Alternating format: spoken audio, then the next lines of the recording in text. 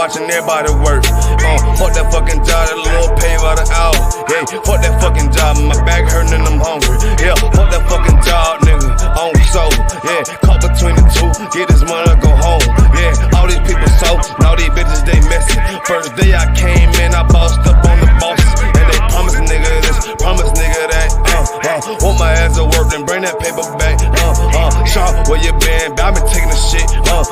Knowing damn well that I don't fucking sleep. Fuck that fucking job, we gon' be rich tomorrow. Fuck that fucking job, it ain't no more applying.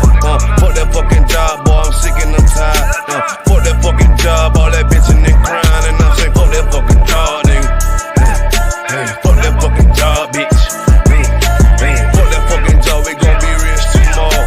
Fuck that fucking job, it ain't no more applying. Fuck that fucking job, me and bro, we just posted. Look him in the eye, shake my head disappointed. We gotta visualize, summarize, execute. All these people dropping like fly, why the fuck we still here? Man, fuck that fucking job, when I pull up I hate it. Yeah, fuck that fucking job, that's on all of their faces. Fuck that fucking job, man, I'm already lit. Man, I hear one thing, boy, you bound to get hit. Man, the bills cross a nigga's brain. Damn, that's how you keep a nigga damn a slave. Damn, money supposed to be a tool. Damn, for a purpose, what's your purpose for? Fuck that fucking job, we gon' be rich tomorrow. Fuck that fucking job, it ain't no more applying. Fuck that fucking job, boy, I'm sick and I'm tired. Fuck that fucking job, all that bitching and crying. And I'm saying, fuck that fucking job, nigga. Fuck that fucking job, bitch. Fuck that fucking job, we gon' be rich tomorrow. Fuck that fucking job, it ain't no more applying.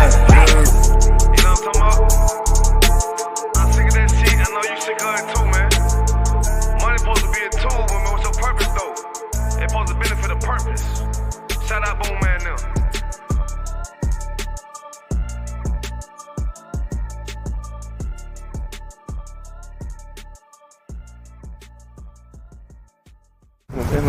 Fair enough. Push up position.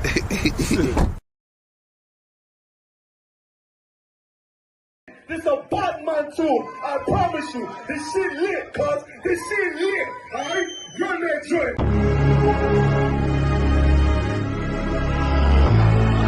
Niggas looking for the light. Me and my niggas prepared for the dog. Yeah. So we gon' get it on for the last days, nigga. You already know what it is. 140 for the rebel. They in the building, we in the spot. We can go to war and see who make it out. Earn your stripes, dog, you with us or not. We can get it on when it's on, it don't never stop. First you get that power, gotta hold it down. Watch your step, boy, you on holy ground. They in the building, we in the spot. We can go to war and see who make it out. It's a problem, tell them pop off. I die for I let my colors fly, boy. For a nigga take me, they'll drop dead. AR, clean them up like a mop pig. J. Cool, he bad, he really so tough. They like, damn, look what he did to really go rough. Little bitch think she Kiki Palmer, silly hoe. She know I'm that bull, but I ain't from Philly though. From the city where they say about that ribbon like petty poops. Know them niggas plotting, gotta deal with me. Can't catch me slipping, got to steal with me. Just left Alabama, bought a chopper from some hillbilly move. He made my life feel the blade. Leave them all bruised, come through like a plague. Rebel off the leash like a dog out the cage. Call me Johnny Blaze on Run West May. Watch your step get stretched like a limousine. So my brother bring that blade back wet. That's my enemy. Little nigga, this that cold, need to talk. Niggas know I got blood in my cup. I just sip it like it's grenadine. They in the building, we in the spot. We can go to war and see who make it out. Earn your stripes, dog, you with us or not. We can get it on when it's on, it don't never stop. First you get that power, gotta hold it down. Watch your step, boy, you on holy ground. They in the building, we in the spot. We can go to war, let's see who make it out. Tell them niggas good night, here come the best. Look, told them niggas get right or get left. UPK, bad man, I pin to your flesh. Hellboy, rip the soul out of dead man shit. Got the rate, the power, I been the showstopper. Yeah, they might hate, but I know they gon' watch. Zone on lock, and you know the flow prop. Iced out, got the drip out of David Jones lock. Know I got the plan, they say that you the man. No shit, Sherlock, I'm the one you heard about. Burn down the building, let them all watch. Throw that one west up, then I swerve turbine. Sick with this shit, I do not need a detox. He don't watch a step, blow him out them Reeboks. We taking over, I'm sending the word out. Can't see me, little nigga, I put you in a bird box. Look, it's one West practical, gladiator maximum. Creep on them slow, but that Glock fire rapido. All I want is more power, more straps to blow. Ain't got excuse for no car, he gon' have to go. They in the building, we in the spire. We can go to war and see who make it out. Earn your stripes, dog, you with us or not. We can get it all when it's on, it don't never stop. First you get that power, gotta hold it down. Watch your step, boy, you on holy ground. They in the building, we in the spot. We can go to war and see who make it out.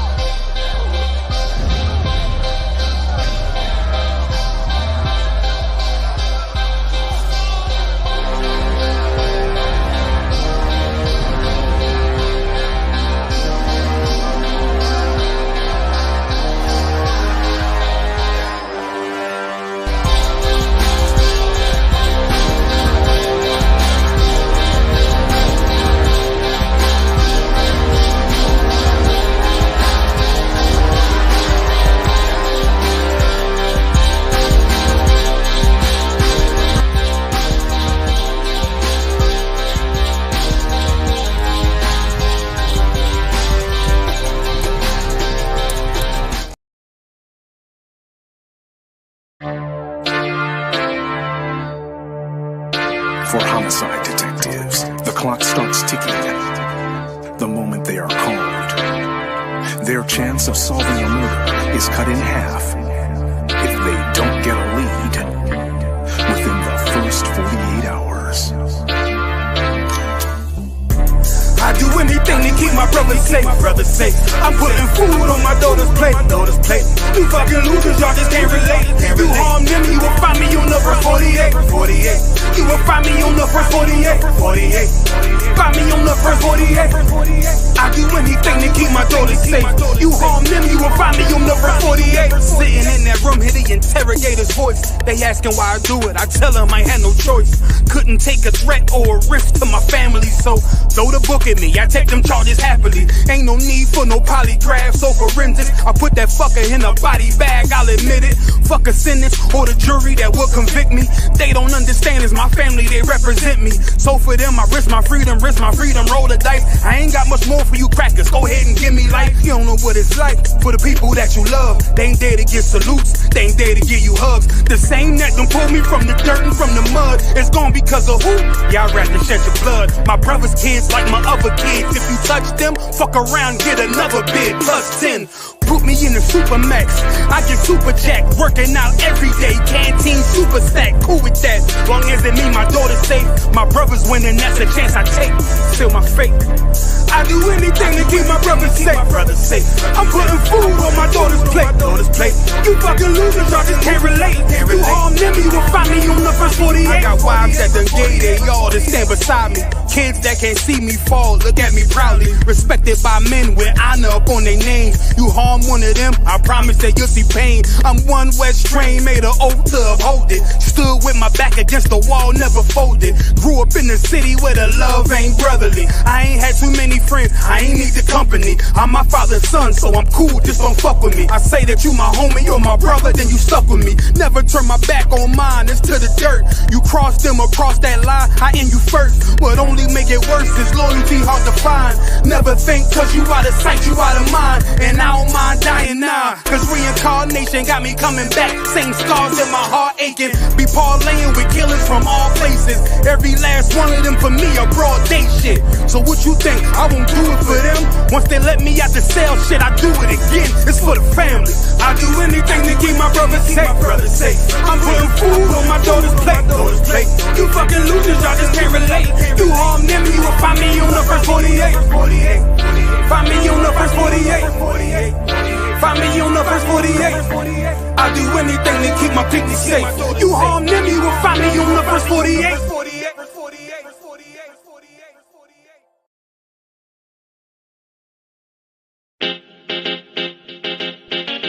Baby, no listen to no fake news, them can't.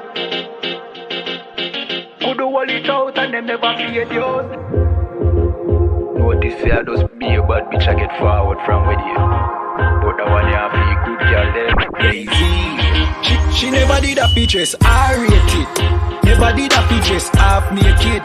Me never did a piggy R-bait things halfway, that's why me give her ratings. She never did a features, half naked. Never did a features, R-rated. Me never did a piggy R-bait things halfway, that's why me give her ratings.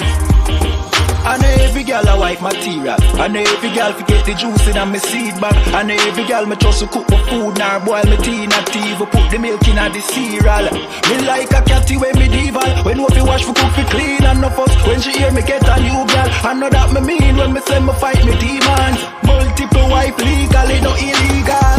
Yeah, straight, me go crazy. I know every catty can be my first lady. I know every press plus body done pay fi plus Yahanna no fit in a no Mercedes. When me say oh luxury dolly fi nurse baby, a trouble when luxury dolly turn old lady. So big up every girl we don't lazy. Your body big, but why your mommy donate it? I rate it. Never did a fi dress half naked. Me never did a fi give her be things halfway, that's why me give her ratings. She never did a fi dress half naked. Never did a fi dress R-rated. Me never did a fi give her be things halfway, that's why me give her ratings. She now wait pan money for reach her and donation. She make reach her man donation. 100 and one, but he waste gal a tell her fi leave her man, but she stay strong. She know say them are no friends, them are haters. Them sleep with every man in a the acre. Can't get nobody fi stay long and want the advice for relation. Baby no listen to no fake news. Them can't keep a man cause them never stay true. Could do all it out and them never pay dues. Never shut them out and them wicked and cruel, eh?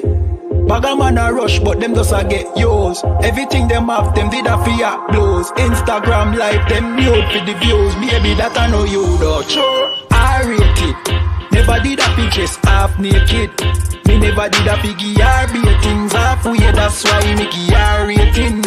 She never did a features half naked. Never did a features R-rated. Me never did a piggy R-bait things halfway, that's why me give her ratings. One wish.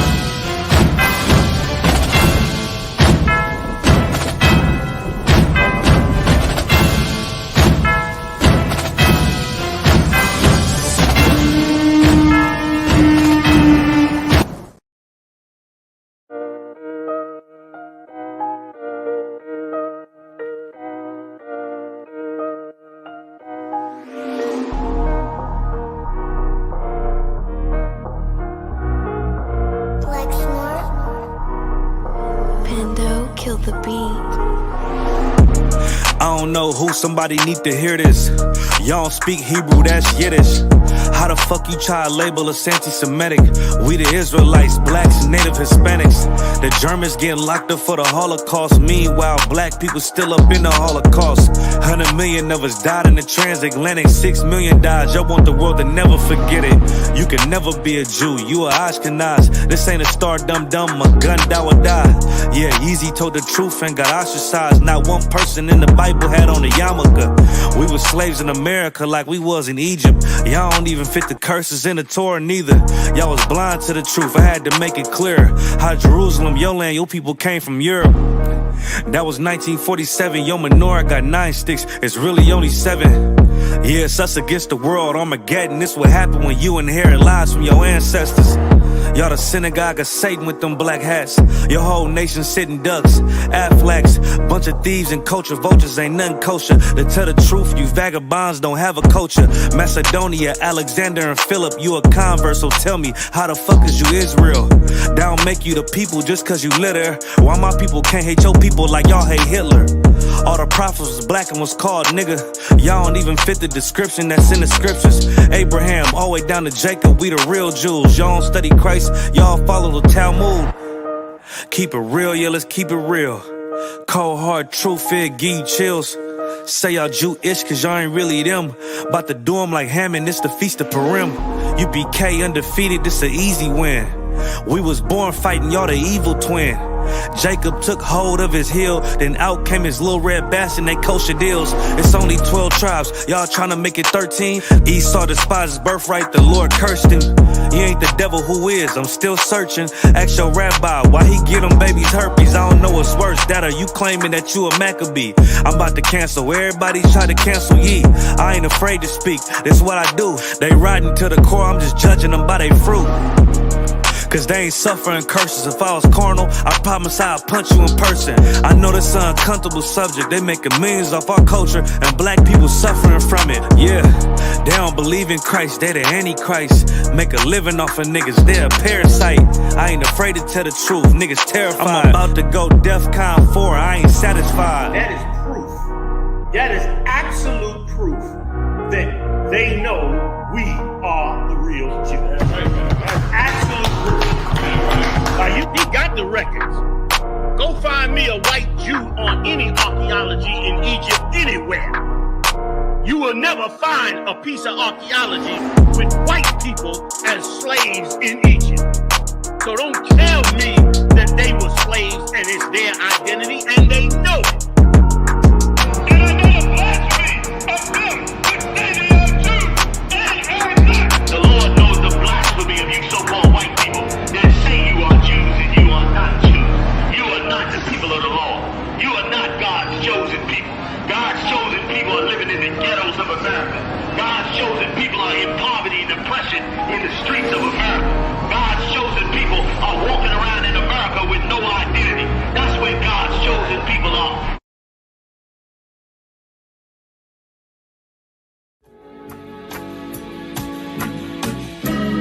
They killed, give me Isaiah 14 and 21. They did the same thing to my people. So you said that they put millions of my houses. Yes, you said. Should a murderer go to jail for murdering? Absolutely. Should a thief go to jail when he steals? Absolutely. Should a robber pay back the money he robbed? Absolutely. So why shouldn't the white man pay for what he did? That's right. That's right. One day you'll see just how it feels. Payback is a dog. It's a dog. Payback is a dog. It's a dog. Payback is a dog. It's a dog. Payback is a dog. It's a dog. I'm in a hell of a hole, was never expected to grow. Just also go set in the road, that a result of me selling my soul. The story I'm telling is cold, but yet it's what everyone knows. The white man's the devil is known.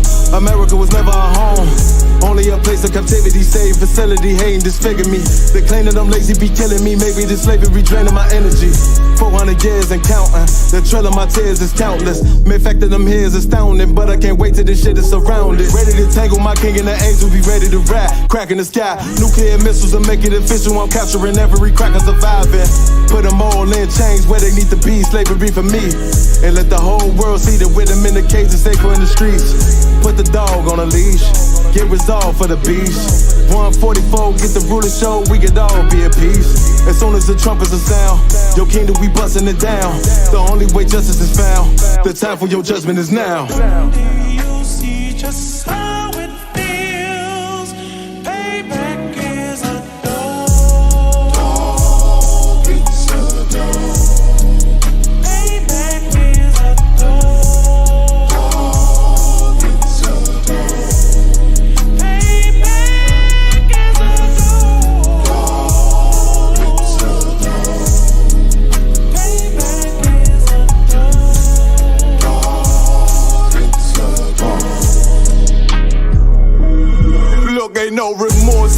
blood slim, it won't be no compromise. Now it's time to feed the worms, watch his body turn to flies. I clutch iron while you trust the lies.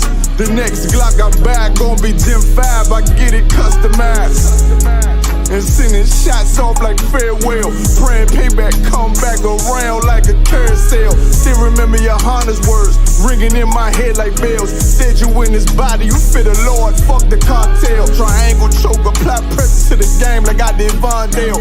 Payback's a bitch in a dress, she a bombshell. Revenge is served cold, I just hope they making oxtail.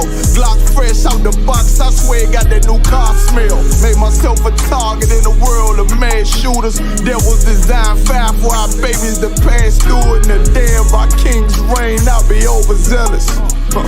They bought my jealous, I bought brand new parabellums. You'll see just how it feels. Payback is a dog. It's a dog. Payback is a dog. It's a dog. Payback is a dog. It's a dog. Payback is a dog. It's a dog.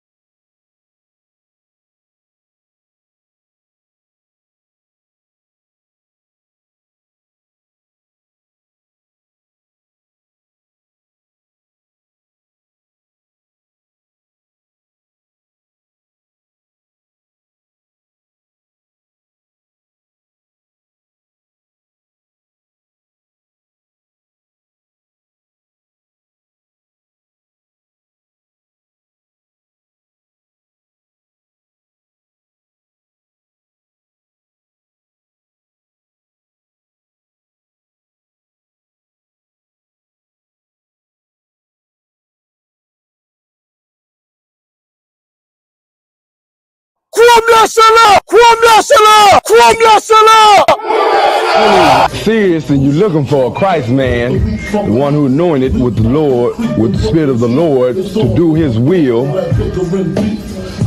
I'm that nigga.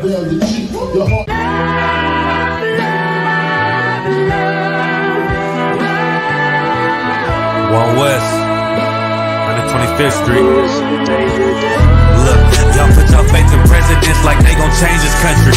Run the league and let y'all play cause y'all gon' make a money. Fuck Obama, he ain't come here on Paco.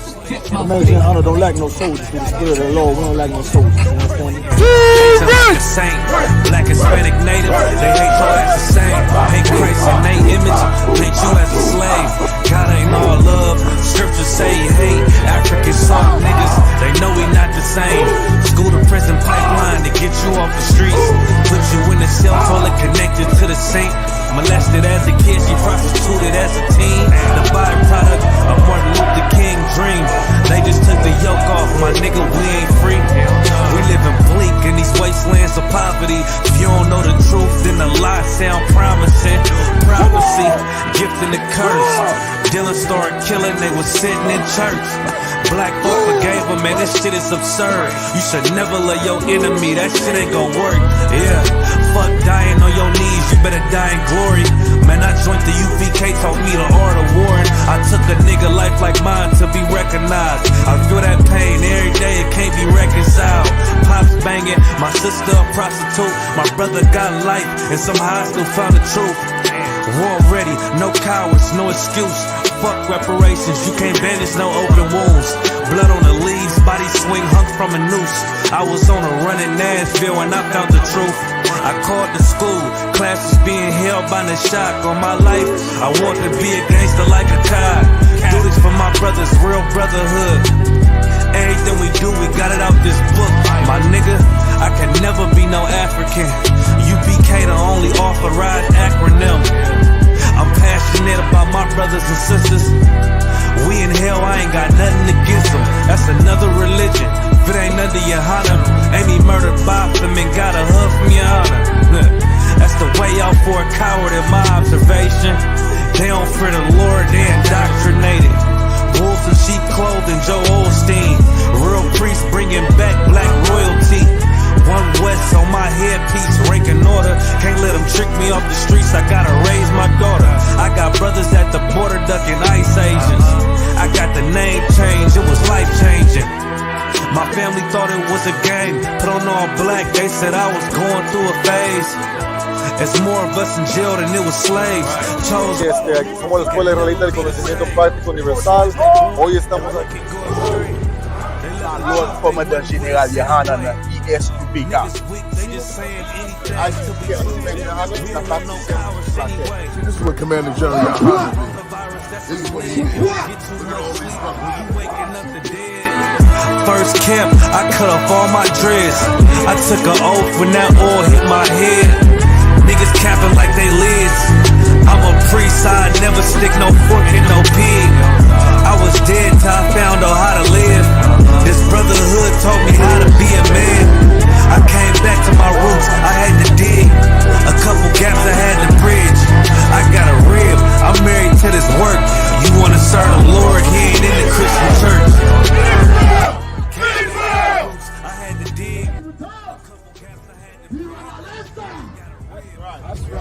That's right.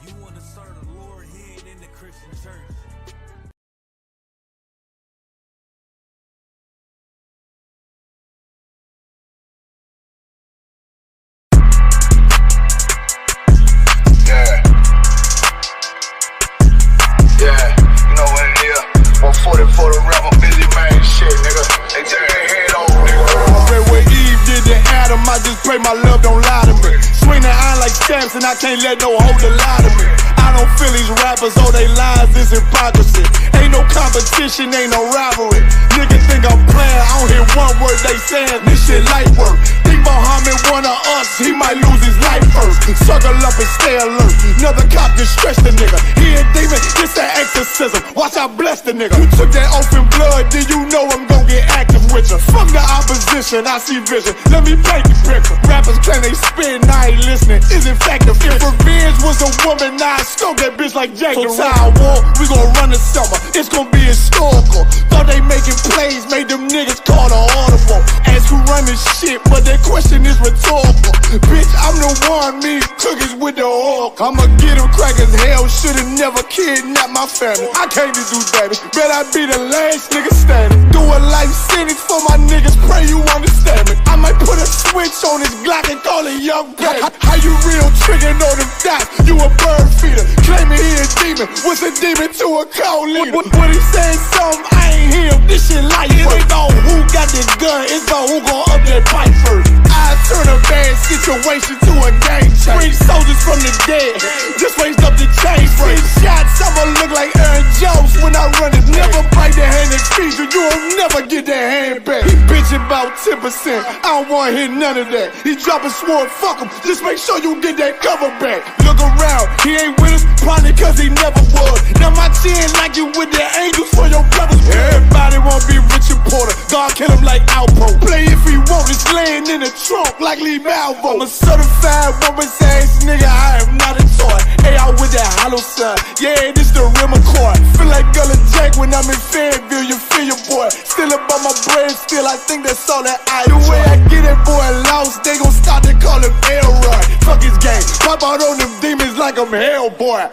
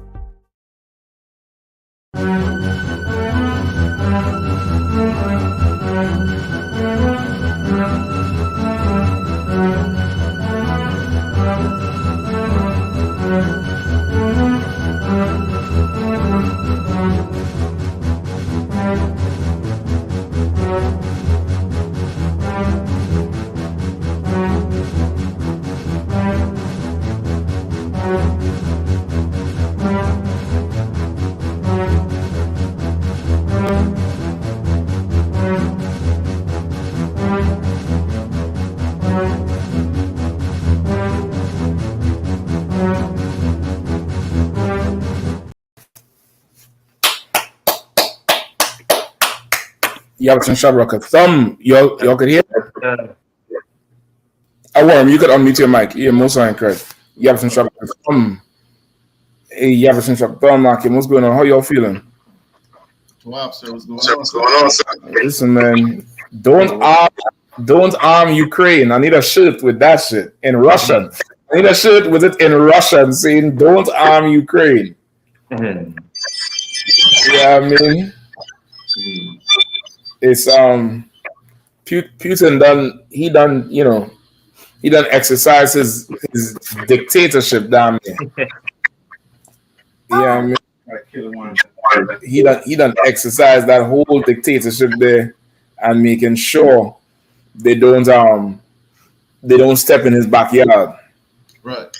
Yeah, I mean, so it's going to be real interesting. It's going to be real interesting. You think? So how y'all feeling? How I don't know how hot it was in Trinidad so much because here it was at Satan's dinner table today, boy. Well, like right now, around this time it will be like the rainy season. So Right. you get a lot of mixed weather in between, but you get more rain. But when the temperature do come out, right, like rain never fall because the heat, even though the place cool, it's like leaving a real heat. It's humid. Yeah. Well, I don't know what the hell was going on with that thing today, man. That son he was offended today, brother. Yeah, I mean that son was I don't know what. Go to the DMZ alone, son. Go and tell him his fault because damn. Yeah, I mean, it was a fun today. What's good on up there? That's your thumb. Yeah. Yeah. Today was a hot day in Hellock. Nigga, I thought we had to die and go to hell, nigga. We in hell. Shit. Yeah. I jump in the car around just around noontime, brother. I see inside, the inside temperature, gated temperature, everything. I see 105. I said, geez, and ages. Yeah. I don't know, boy. It was definitely a rough one today. Yeah, I mean, it was definitely a rough one today. But for sure, we gonna get it in. You know what I mean? We're gonna rock and roll. You know what I mean? We got Kahan, Captain Kapash. What's going on out here? We have some shop Katham.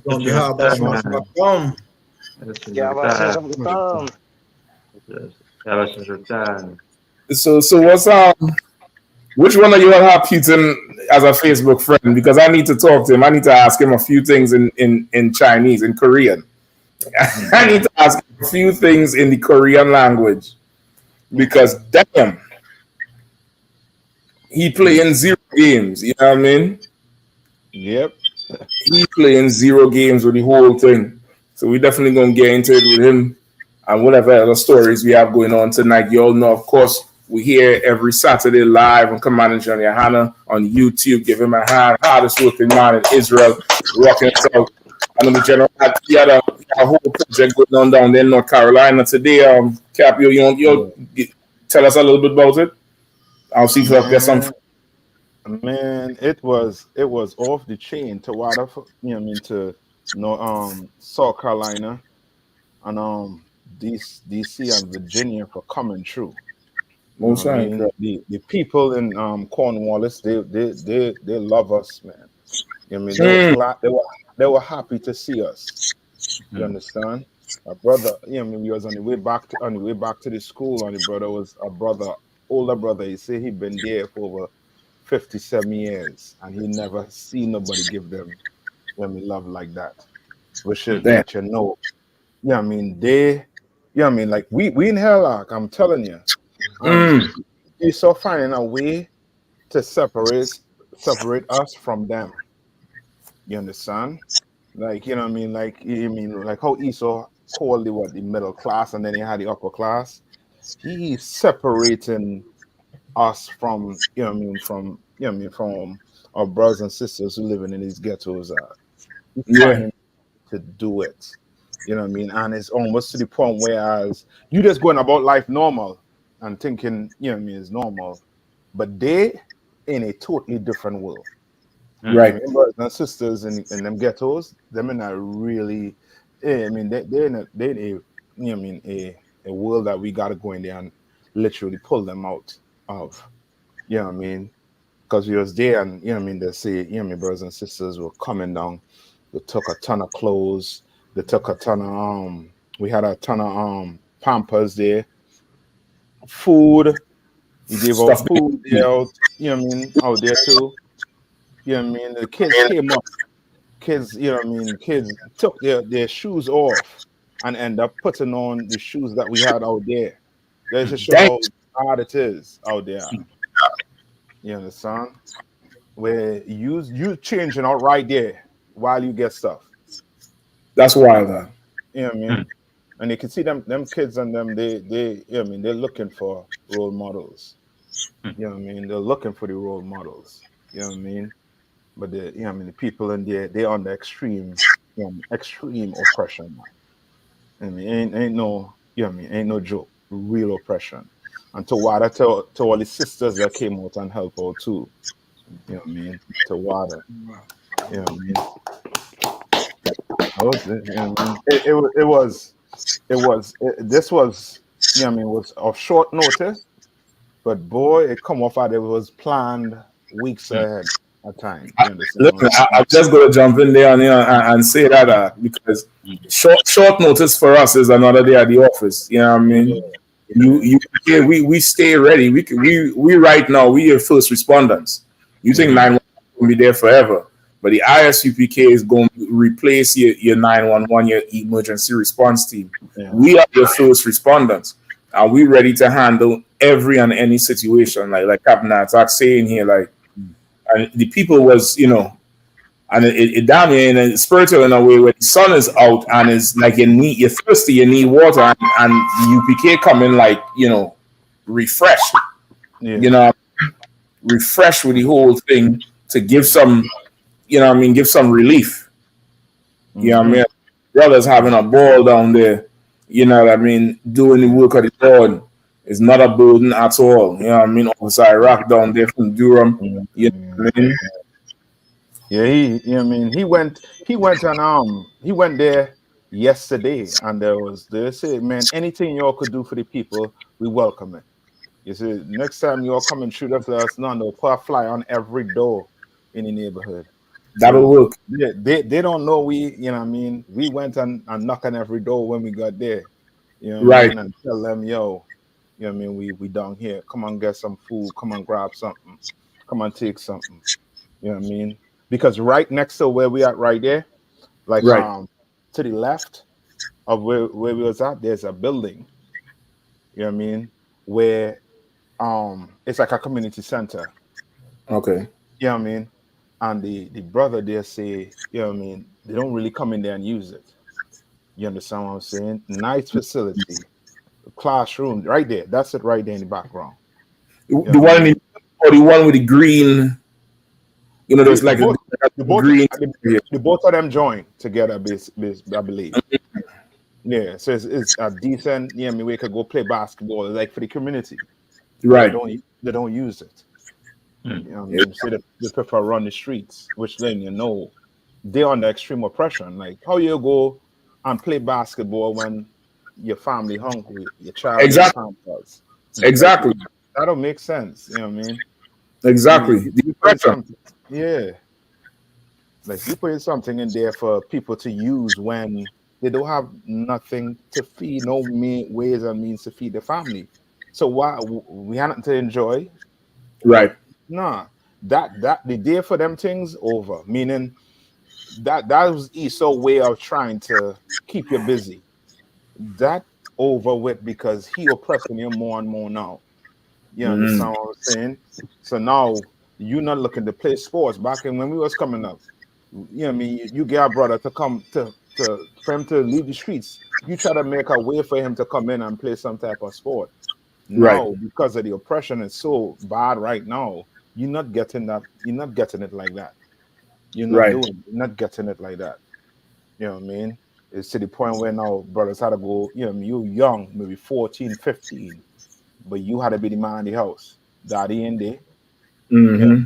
mommy, she's depending on food stamp or EBT, but that not enough because you need, you want to live. Right. You know what I mean? And back then too, Cap, a lot of the adults would be running what Esau would describe as them social programs. A lot of the adults was like, damn near close to professional or semi-professional players, or coach 30 years, or was a teacher and taught this, or was some ex-mechanic, and they would spearhead the social programs. But now what you're finding is the oppression done increase where that can't even happen because shit, I would think everybody would remember coming up and a lot of those programs was free.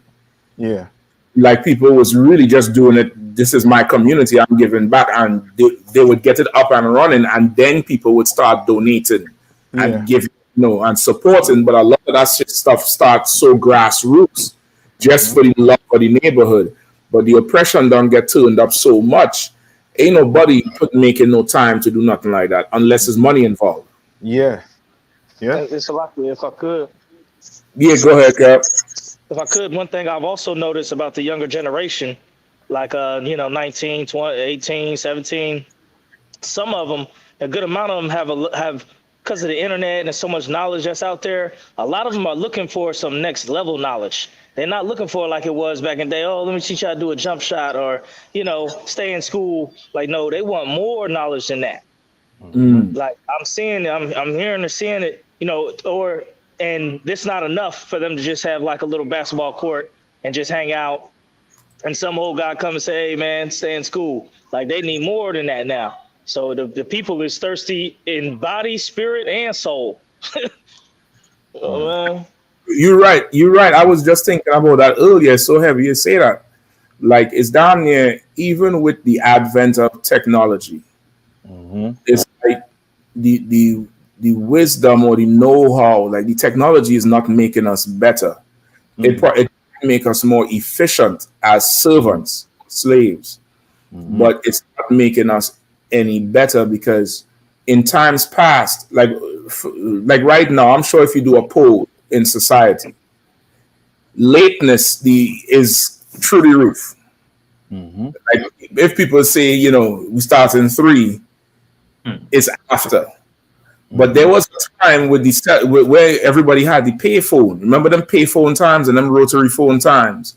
If I'm telling you I'm meeting you in Baltimore somewhere for 9, when I leave the house, that's the last time I talk to you. Yep. Outside that door is faith until we see each other.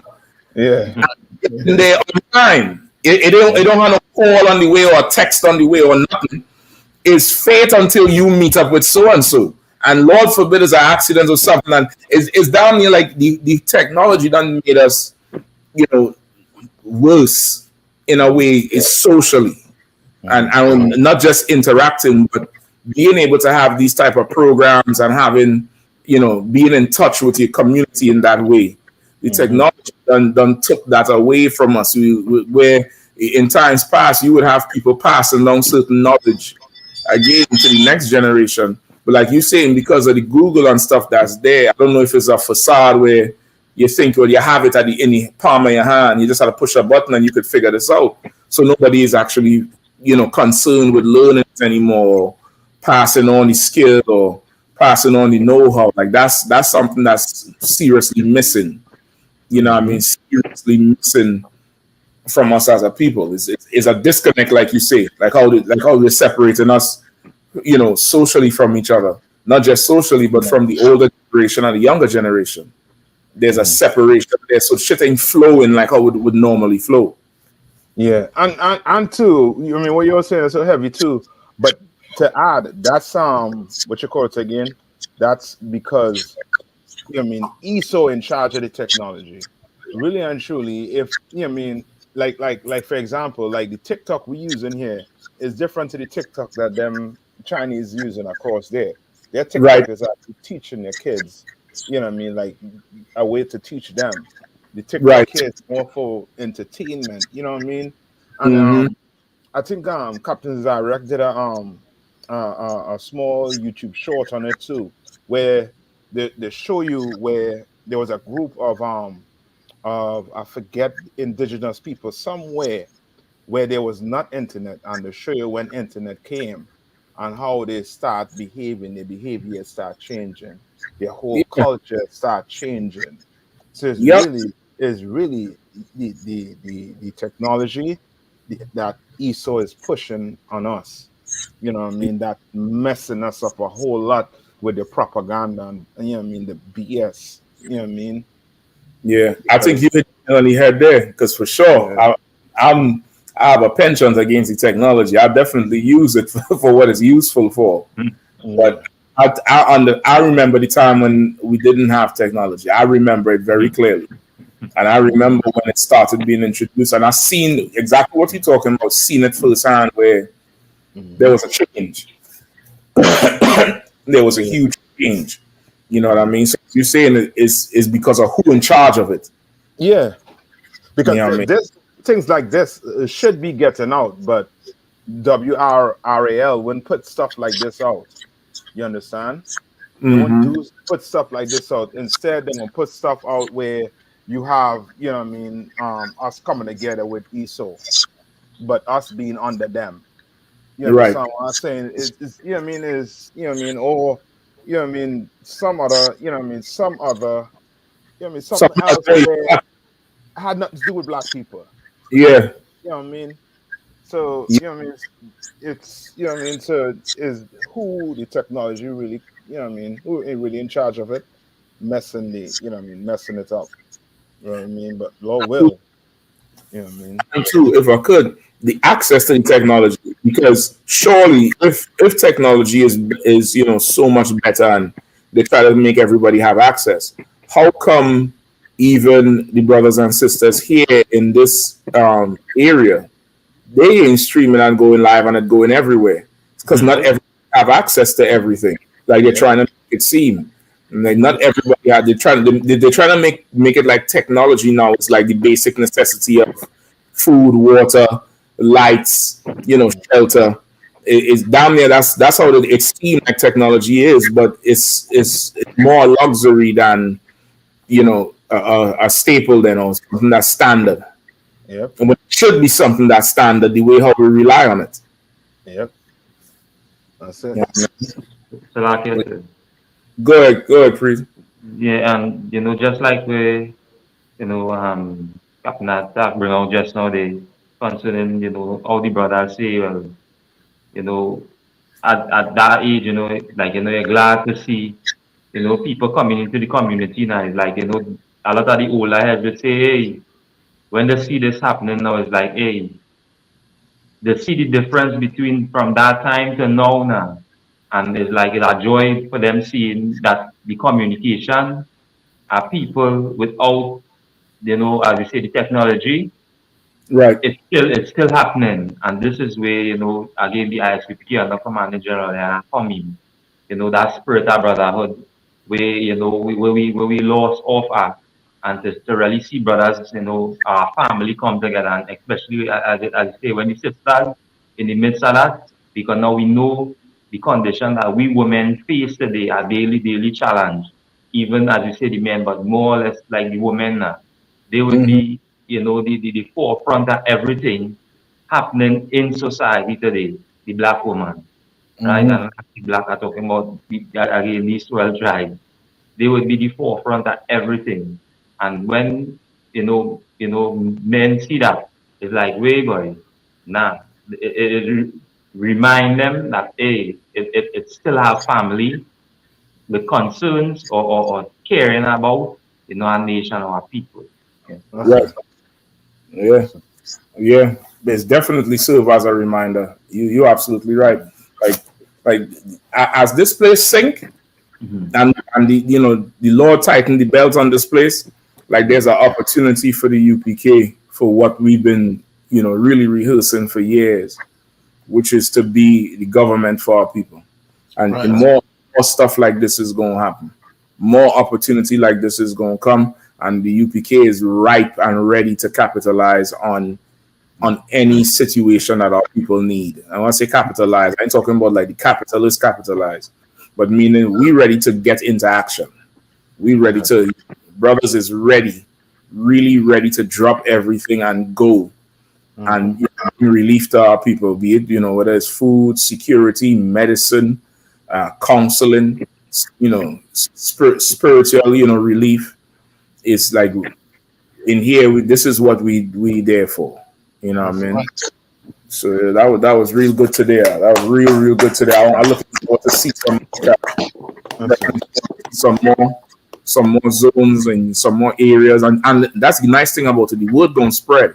The nice thing about the UPK, the UPK wasn't built on technology. The UPK was built the old-fashioned way, with footing and foundation and from the ground up. So what we do, people's gonna talk about. You know what I mean? People are going to talk about and wait till they start telling everybody else. These brothers come through. The last one you did down there, the mayor found out about the thing. Yeah. You know what I mean? So this one here, and then all over, they're gonna come and look and see all over that this is something not just local to their zone, but they could turn on the damn TV and see it going on in Haiti, in Jamaica, in Trinidad, in Brazil, everywhere we are in the UK, everywhere, West Coast, Texas, anywhere we at, this is the norm for us. Like this ain't something, like we just now doing. This is the norm for us, and it's only because, of course, Commander General Yahanna, he doesn't have the whole vision for how this thing had to go. So I look forward to seeing more, seeing more of it and expanding and building with the thing, man. That was right today. That was right. That was the right move, right timing, everything for sure was with it. You know what I mean? So big up to you all down there in Durham. That one was in Durham, right? Yeah, concert. Yeah. If I could, sir. Yeah, go ahead. Online or on social media, there's a term that I used to hate, but I realized Commander Yahanna is building these type of men. In this world here, there's a term called high value men, right? A high value man is somebody who can provide money to make a lot of money and provide vain things. Well, Commander Yahanna has been building high value men for the end times. That's right. The idea of high value men is going to shift from those who could just provide money and vain things to those who could save your life. That's right. That's what Durham saw today. They saw high value men out there, men who put them as a priority, and they're not used to seeing that. So shout out to Captain Aratha for leading that. That's right.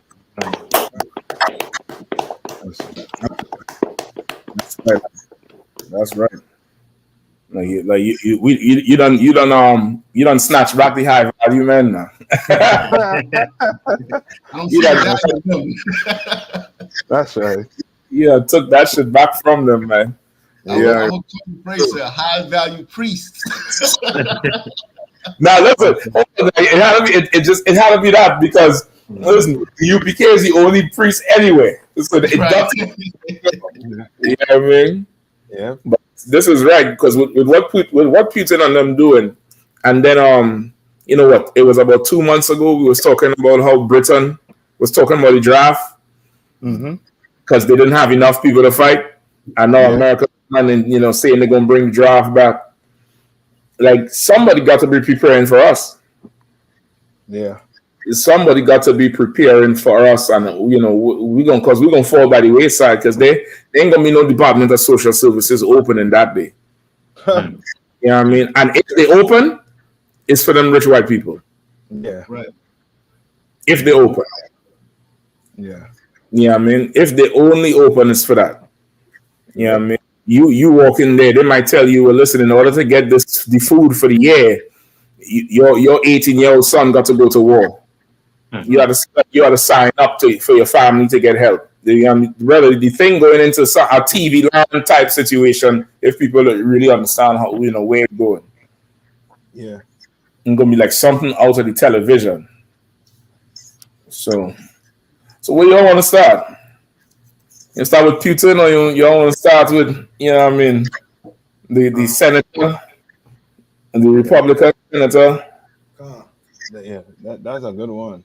Yeah. Let's, let's, I was trying to look and see if she was one of us, but I couldn't I ain't find too nothing. sure. I ain't too sure, but I ain't even, it doesn't even matter if she is one of us. If she is one of us, it's still them talking. She's just a puppet, Yeah. just like how the Trumpsters and from before. Yeah. You know what I mean? What number we're with that? Number 8. Somebody could grab that, either Swap or Warrior. Grab number 8, Uncle Shaw. Town concert. Yep. Republican candidates tell Black Americans to leave U.S. in Juneteenth message. A Republican candidate for a Missouri Secretary of State has told Black Americans who do not like the country to kindly leave in a video posted on the eve of Juneteenth.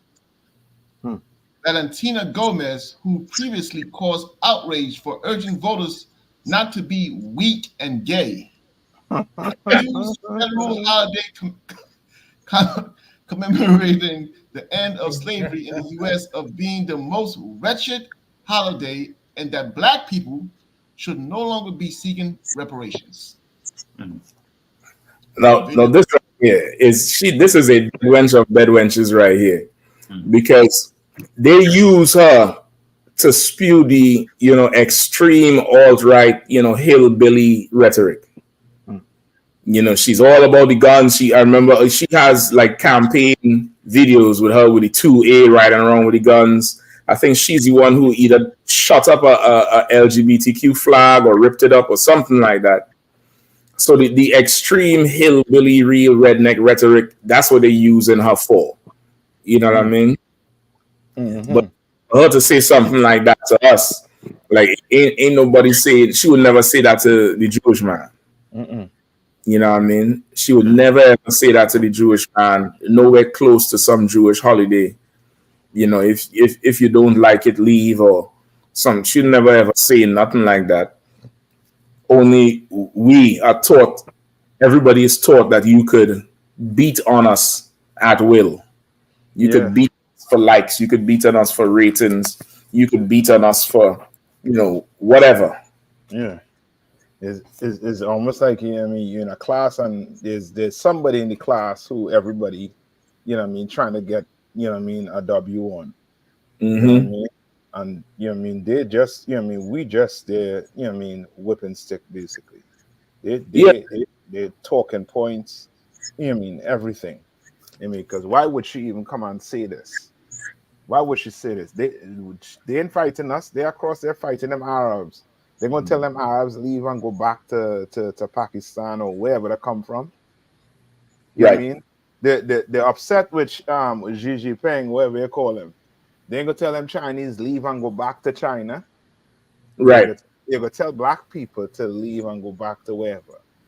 You know what I mean? Go back to where? You stole everything from us. Where we going back to? You know what I mean? Yeah. So locking. Are you? Good, Cap. Man, like this, this just goes to show you the psychology of not only the races, but the Republican Party, politics in general in most cases, but for the alt-right. Just the fact that you are even attempting to celebrate a holiday which commemorates, quote unquote, being free from chattel slavery, which is a federal holiday, I might add. Right. This is a federal holiday where people get off. It's a federal holiday recognized by the United States, the divided states of America. But the fact that you are attempting to celebrate freedom means that you don't love America. Imagine that. A place where they say this is the land of the free, and here you are just trying to have one day of memorial about being free from, quote unquote, free from chattel slavery, means that you hate this country. And not only that, she asks you to leave, but to kindly leave. Leave kindly. Imagine, if you want to add a little salt on it, a little salsa on there, to kindly leave. Don't leave in a rash way. but to kindly lead. This just goes to show you how these people look at us as far as humanity. Like, right. Even like freedom the word freedom is a dangerous word, even today. Make no mistake about it. You know what I'm saying? You saw what Captain Nathok and those brothers did down there in North Carolina, South Carolina. That right there, that don't like a hate group to me. They're like a group that's concerned about the welfare of their people. And when you get the oppressed using the word freedom too often, regardless if they saying that you have the right to do this and you're free, that's a problem for those people. Yeah. Just saying the word freedom, just saying the word, even if to say liberty, to say for a group of people to say that, now you have to translate what kind of freedom are you talking about? Because if it's the freedom that I think you're talking about, it means that you want to be free and rule over and be free from me and rebel. See, that's one thing about these buzzwords. There's certain buzzwords that white people, quote unquote white America and its supporters do not want black people to say. And they want to have the direct terminology of that word and make sure that word is not meaning something, because they know what freedom means to them. Yeah. Make no mistake about it. But when it comes 4th of July, they know exactly what freedom means to them. But when it comes to your freedom, then now we have to make sure that you don't hate America when you're talking about freedom. Brothers and sisters, this is how you know that we are the Lord's chosen people. And this is how you know. If you ever want to know if you oppressed, use the word freedom. Start using that word a lot around them. And watch what do you mean freedom? Why can't my freedom be the same as yours? You have the right to decide this and decide that, but it's a problem when you decide it. Right. When you speak about it. Salaki, I yield. And you so right, Kahan. Go ahead. Salaki, sir. You go ahead, sir. No, you go ahead, Warren. I'll come in after. Come on, sir. And it says here, Valentina Gomez, who previously caused outrage for urging voters not to be weak and gay. So she barked up the wrong tree previously. So she took the target this time. You understand what I mean? Because she LGBTQ and she got pushback. So she said, let me not do that. Let me go after people who nobody defends and nobody cares about and everybody hates. That's the safe attack. That's to show how evil this is, because she went after Salaka, sir. No, you go ahead, continue, bro. No, she went after the easy target, the one that nobody defends. That's why in the ISUPK it's so important to be part of this body, because we're the only one who catches all that. We're the only one covering the story. Salaka, sir. That's right. That was real shrewd analysis there, Warren. I definitely didn't pick that up. I don't know if you all picked that up, but it said she previously caught backlash for attacking the LGBTQ, and she ain't attacking them. What was the statement she said? Valentina Gomez, who previously caused outrage for urging voters not to be weak and gay. So she ain't attacked LGBTQ, but she used adjectives that would be used to describe them in a way that is undesirable for voters. Right. Yeah. And they took offense to that. And you're right, Ash. She recently caused backlash for that. So instead of, I ain't going behind them, like it's Pride Month. Juneteenth is one day.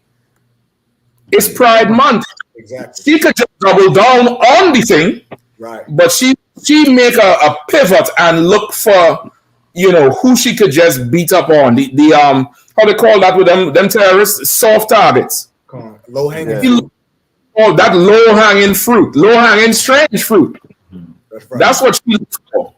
Like a Warren. That's a cold analysis there. I see a Warren. We're gonna need you in the kingdom version of the CIA and the FBI. You're gonna you come in and you just sit in the corner. You ain't saying nothing. They think you the janitor, but you gonna be able to pick through the whole thing and tell us what Moabites is doing to the Cushites and who gonna eat tonight. Damn. Like you right, that you absolutely right. That's right. Salaki, if I Yeah. could, and like what you just said, Captain Shock is heavy. Now here you have the LGBTQI mafia, which is a fabricated minority group. We all know that. Right. They have a whole month dedicated to them, and we have quote unquote one day. You understand? Black men don't even get Father's Day. We have quote unquote one day that's recognized by the federal government. Now, here, you see, like the irony of that. Now, here you are talking about to kindly leave America, where you have America that just recognized this as a federal holiday. Mm-hmm. So the same country you're telling black people to leave because they want to celebrate Juneteenth, the United States federal government recognizes this day. So what does Right. that show you? That you're even if it's on paper that you can celebrate it, it's an act of rebellion, just remembering what your forefathers went through. And I think this is might be this is a quote unquote sister from a tribe, but this just lets you know that there's a traitor in every race. Right. Traitor in every tribe. Once again, Judah, we got our traitors. It's plenty of them. You Mm-hmm. understand? Every tribe has, and once again, what does this show you about? You have to lose who you are to be a part of them. Right. You understand? Here you are, like you're telling black people in America who've been slaving in this country for over 400 years that they should just kindly leave. You understand? Like these people, with the brainwashing of America and Christianity, what it does to our people, I mean, it is treacherous, man. You understand? But once again, just talking about freedom, just the idea of freedom, even now, even in a post-Obama era, is still dangerous because to say you want to be free or that you are free, meaning you decide the terms. You decide your humanity. You decide that, like, that's a whole different ball game when you talk about being free. Which Right. is why you don't really see. I don't really see. I mean, did anyone know if Donald Trump celebrated Juneteenth? I don't know. I mean, I don't think he did. I know, and even in the South, in Mississippi, and it's other southern states, they don't even recognize those federal offices. They were open on Juneteenth. I bet y'all don't know that. That's out there. Yeah. You know what I'm saying? A lot of brothers and sisters out there, they in the South, you were wondering why those federal offices and a lot of those businesses were still open because they didn't, even though the government says that it's a federal holiday, they still were open for business. Yeah. What does that tell you about this country? What does that tell you about our place in this quote unquote ecosystem that you call democracy and freedom? That you are still not free. That's right. That's right. Hey, Salaki, just two things I want to hit on. Kahan, you know what I mean? What you're saying is, you know what I mean, is heavy. And, you know what I mean? Just to add to what you're saying, that's going to be the day when Esau have his 4th of July and we just have our business running as usual. It open as usual. Ain't no barbecue and nothing going on. We just running, doing business as usual. You understand what I'm saying? To show them that, I mean, we don't care about your 4th of July, that, I mean, whatever. Damn right. Damn you right. understand? And just to add to what Kahan's saying too, you know what I mean, how Esau thinks, right? All right. Cap, you mind if I read this? This is all this a book, right? The Lucifer Principle, a scientific expedition in the forces of history. Yeah, go ahead, please. I'm on page, I forget what page I'm on here, but they say the secret meaning of freedom, peace, and justice.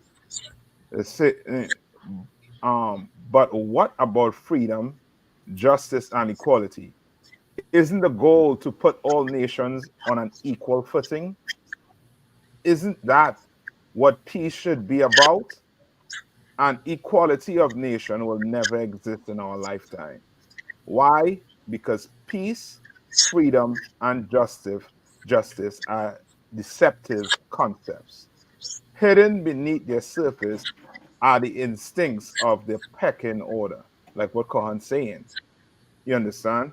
And then I'm gonna skip down to we only speaking about freedom. One man's freedom is all too often another man's oppression. That's Right. true whether you are comfortable, you are a comfortable citizen of a civilized society, or a barbarian restless to bully your way up to the ladder.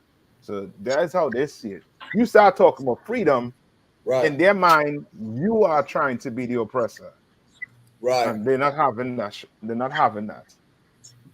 And so, You like, if I understand? could, if I could, Cap, and that's why when you see and Esau knows this in other countries where you have oppressive governments, they know certain words that they have to have a monopoly on. Freedom, they have to have a monopoly on that. Liberty, they have to have to have a monopoly on. You know what I'm saying? Like Yeah. that's why they control the information. It's heavy. You was talking about technology earlier. They have to control the information. So bringing it back, what does this show about us as Black, Hispanic, and Native American Indian people when it comes to them recognizing our freedom? They don't recognize it. So how should we operate when it comes to Thanksgiving? We should not celebrate it. How should we operate when it comes to Christmas? We should not celebrate it. We should not celebrate their holidays. Because what is that? When it comes Thanksgiving? Now here it is, Juneteenth. Or you don't love this country, you can leave. But when it comes Thanksgiving, don't you have a lot to be thankful for? Look at how these things change when it comes to when they celebrate their holiday for their culture, their government, or their God. They want you to participate. You should not participate. That's what Commander General Yahanna has been telling us for years. Right. We should participate in that. First of all, it's against the Lord. It's not in the scriptures. But once again, it upholds their culture. Right. You participate in anything that upholds their culture. It is counterintuitive to yours. It is counterintuitive to your freedom. So, like, That's right. Listen, and if I Slaki, go ahead, Cap. No, you better. I'll come in. I was just going to say too, like, it's so heavy where the two of you all touch on something there about when they celebrated their holidays, we carrying on as normal. Remember, Juneteenth was like that. Juneteenth was our own holiday for us. It was so much of our own. A lot of people didn't even know what it meant, what it was in reference to. People didn't really understand it, and it was something Black people did in a spirit of F America, F the white man, where Black people would take off and celebrate it on our own. We didn't need to, have everybody involved with it. It was our own thing. And now it's damn near like they took it from us. On the flip side of it, it's damn near like they took it where, brother, give it a few years. That Juneteenth is going to be like Kwanzaa. This is people dressing up in dashiki and, telling their own version. Like how Hanukkah is for the Jews. About, candle lights and gifts and bullshit. Give it a few years, brother, and Galveston, Tech, they might even rename that place. They might go very far into just overshadowing the whole thing of what it really meant and what it meant to us. Because at one time, this was our shit that we would just do. And to heck with them, I ain't working today. It's Juneteenth. I'm taking the weekend off. It's Juneteenth. You're all short today. And now it's not that. You know what I mean? Cap, as you're on it there, just to add, as you're saying it, that's because we let them Africans in. That hold the sheik. Once you start letting them African in, now you can let, why all the other heathens just do not come in now? Right. If we had kept it to ourselves and not try to let them Africans in, I think we could have fight off, Esau a little bit longer. We'd have it for a little bit longer. But once you let them Africans in, them Africans, they love, them oppressors. They love, you understand? And they all, a heathen they all about money. Right. They all about money. And they know to get their stuff sold, they go ahead and invite them white people in. Yeah. And that's when they, when you let people in, now your plight turns into like money. Like for example, the Ghanese president, right? He's an East Indian. Now he is going to England and telling England that they should pay Ghana for reparation. When it should be F reparation, we want 400 years of your time. Mm-hmm. What the hell you talking about reparations for what? Oh, you want to get rich. And that's the one thing with heathens. They're always trying to get rich off of us, but they don't want to face what the complicity in the crime the white man put on us or the oppressor put on us. Everybody want money. Yeah, I mean, but you know what I mean, but to hell with getting real justice for black people. Nah, yeah. Could stay, you know what I mean? Let's get rich right now. Right. You know what I mean? And if they do get reparations, you know it's just going to go to the East Indian community anyway. Exactly. It's a lot. Yeah. You go ahead, if I could, that's right. They would definitely they'll gentrify anything.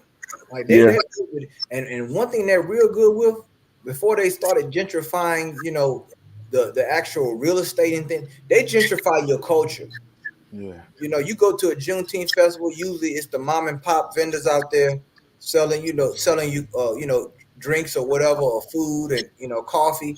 But the moment you start seeing Starbucks signs, right, and you able to get a frappuccino while you on the Juneteenth float, you know what I'm saying? You're seeing the MLK, then you got, you know, Starbucks on the back end of it. You better understand what's getting ready to happen, right? Because then now I'm just quote unquote here to support the new narrative of Juneteenth. Yep. And what Juneteenth means in 2024. See, those things, they can gentrify your culture. Mm-hmm.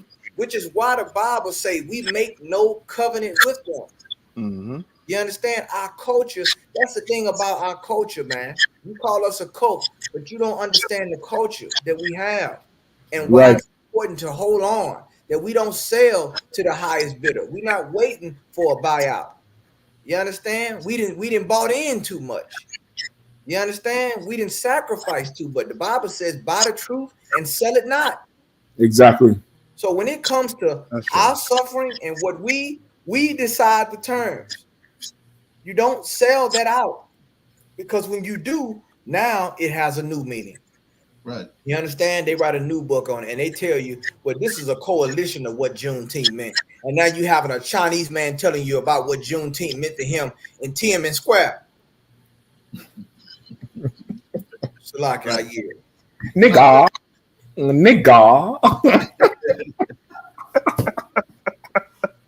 Yeah. Oh, good warrior. If I could pull a scripture. Please, Zach. Pull a scripture, because this scripture here is what helps me suffer, you know, these big-headed Negroes in these tribes when they try to get into politics. And the first thing they try to do is sell us out. Because this scripture here reminds us how much our King loves us, right? This scripture is found in Matthew chapter 12, verse 36 and 37, where Yahushua, it's written in red, Yahushua said, or the man they call Jesus Christ says, but I say to you that for every idle word men may speak, they will give account of it in the day of judgment. For by your words you will be justified, and by your words you will be condemned. That's what I mean. So this sister here, she's attacking black people, but she doesn't understand. Christ is listening closely to everything you're saying when you try to get in power, and when you try to attack God's chosen people on the earth, to try to make yourself look like you are important and that you don't care about us. Christ listens to every word, and he's going to judge every Negro and negrette in trying to get in power in that day. You know, if you just sell us out to get in power, you got another thing coming to you in the day of judgment. Yeah. Yeah. Like she thinks she's something special because, you know, these oppressors done gas up, you know what I mean, and put her on the front line and give her the green light to just spew whatever out her mouth. But I mean, she better go look to see what's going on with Candace Owens right now. She better go check that damn reference out, and so many other puppets that they put in there. And this is what I want to know. So what black people complaining about America? Trump a whole campaign complaining about America, and ain't nobody tell him leave. That's right, Cap. Ain't nobody say, you know, that's right. You should go back to Germany with your German family. That's right. Right. You know what I mean? Right. So ain't nobody that all this make America great again. They complain we losing America, we losing our whiteness, we losing this, we losing that. Right. All that complaining about and run a whole 2016 or 2016 whole campaign and won on complaining about America. You ain't tell him leave. But we do. You say we complaining and black people ain't complaining. Not like we will or not like we should. You know what I mean? Now, Cap, what you just said is nuclear. And it should be echoed in this echo chamber that we have called the ISUPK, because let me tell you something. We know the difference between a mascot and a soldier. You understand? The difference is you can't fool somebody that know, that understand talking points and so forth. Where is Ben Carson? Let's just start with this, because see, we can go there. We can go all the way down to the other black woman that was in there that left. I forgot that woman that was with Trump. She turned on Trump. I ain't heard from Ben Carson since. All these people, you know what I'm saying, that's black and Hispanic, I haven't seen Ben Carson. You know why? Because he's running for cover. January 6th, now their credibility, once again, they use these things as a platform to boost themselves. Right. You understand? We ain't seen that Negro. You understand? Like Captain Shock said, like they have a right to complain about American politics. They have a right to complain about social injustice and social politics. But there go that Uncle Tom Negro. I haven't seen that Negro. I'm really waiting for him to have a speech so I can show up. Because that Negro there shamed himself. You understand?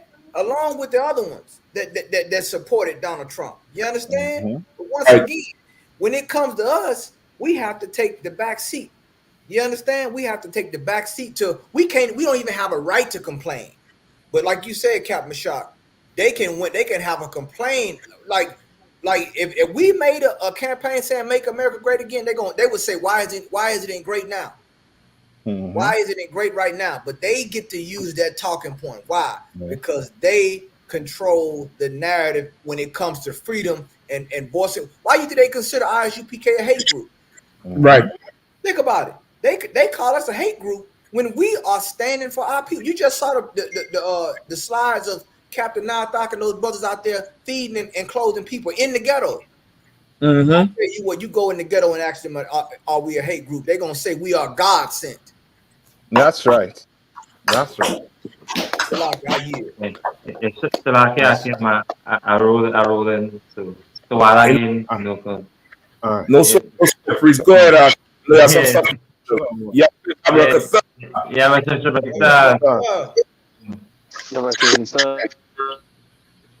yeah, man. Like, damn, you're so right. Like, the other brothers, who you talking about? I think is Omarosa. That's who it is. Omarosa. Yeah, I mean, let me see if I pull her up there in case people forget. Omarosa. She was there with him, step by step. That's right. Step in fetching, literally down there. Salaki, if I could. Go ahead. Man, this is so heavy what y'all bringing out. That's why the scripture says the hell was prepared for Satan and his angels. Damn. It's a lot of our people that as things go to a head, Donald Trump may be back around and it starts getting to a racial fervor. Once again, you're going to have all these so-called Black, Hispanic, and Native Americans that's going to be jumping ship or joining with the oppressor. They believe the oppressor's talking points. You got Latinos for Trump, and they talking about get him out of there. It's like you talking about your damn self. Right. And so they're gonna, we're gonna have to be on the lookout for these people and be teaching and making sure that we going against all their points. making sure that they don't get no foothold in our people's minds. You know, because they trying to get, what's that black girl that was kind of Republican? Oh, that was getting a lot of steam. Candace Owens. Yeah, Candace Owens. Candace Owens. So you're gonna have these people. You know, so we got to stay strong, Israel. We're gonna battle them people all the way down and make sure that everybody know the truth. All right. Nah, you absolutely right about that, Cap. You so right. You know what I mean? Dang. So like what's going on with this Gomez girl? That shit ain't new. That shit is the same. That's the same game resold, repoed, and redriven. That's the same thing that just, recycle, regurgitated, reupholster it and put it back out on the front and tell you this is the 2024 version. It's the same thing. That's right. You know what I mean? Just cooling for a position, and the minute they're done with you, they're gonna release some tape or some tweet gonna come back, or they're gonna take a sound bite that they know will be taken out of context, and now you're gonna be on the outside like Omarosa, like Candace Owens, right. Like every other minority who tried to support him, like Ben Carson, the other little goofy looking one there from South Carolina with the bald head. What's the one who was playing? That dude, Paris Denard. That was another one. I know his name. He have a bald head, and when he smiled, he looked like. Yeah, I know you're talking about. He tried to run for the presidency. Yeah, he looked like a fool's fool. He just look help him. You know what I mean? And then you have the other one, Herschel Walker. You know what I mean? Who is just as foolish as what can say his name in Paris one? No, I forget his name, but Salaki. Herschel Walker is equivalent to Donald Trump, but Donald Trump, he is Caucasian. You know what I mean? The two of them on par.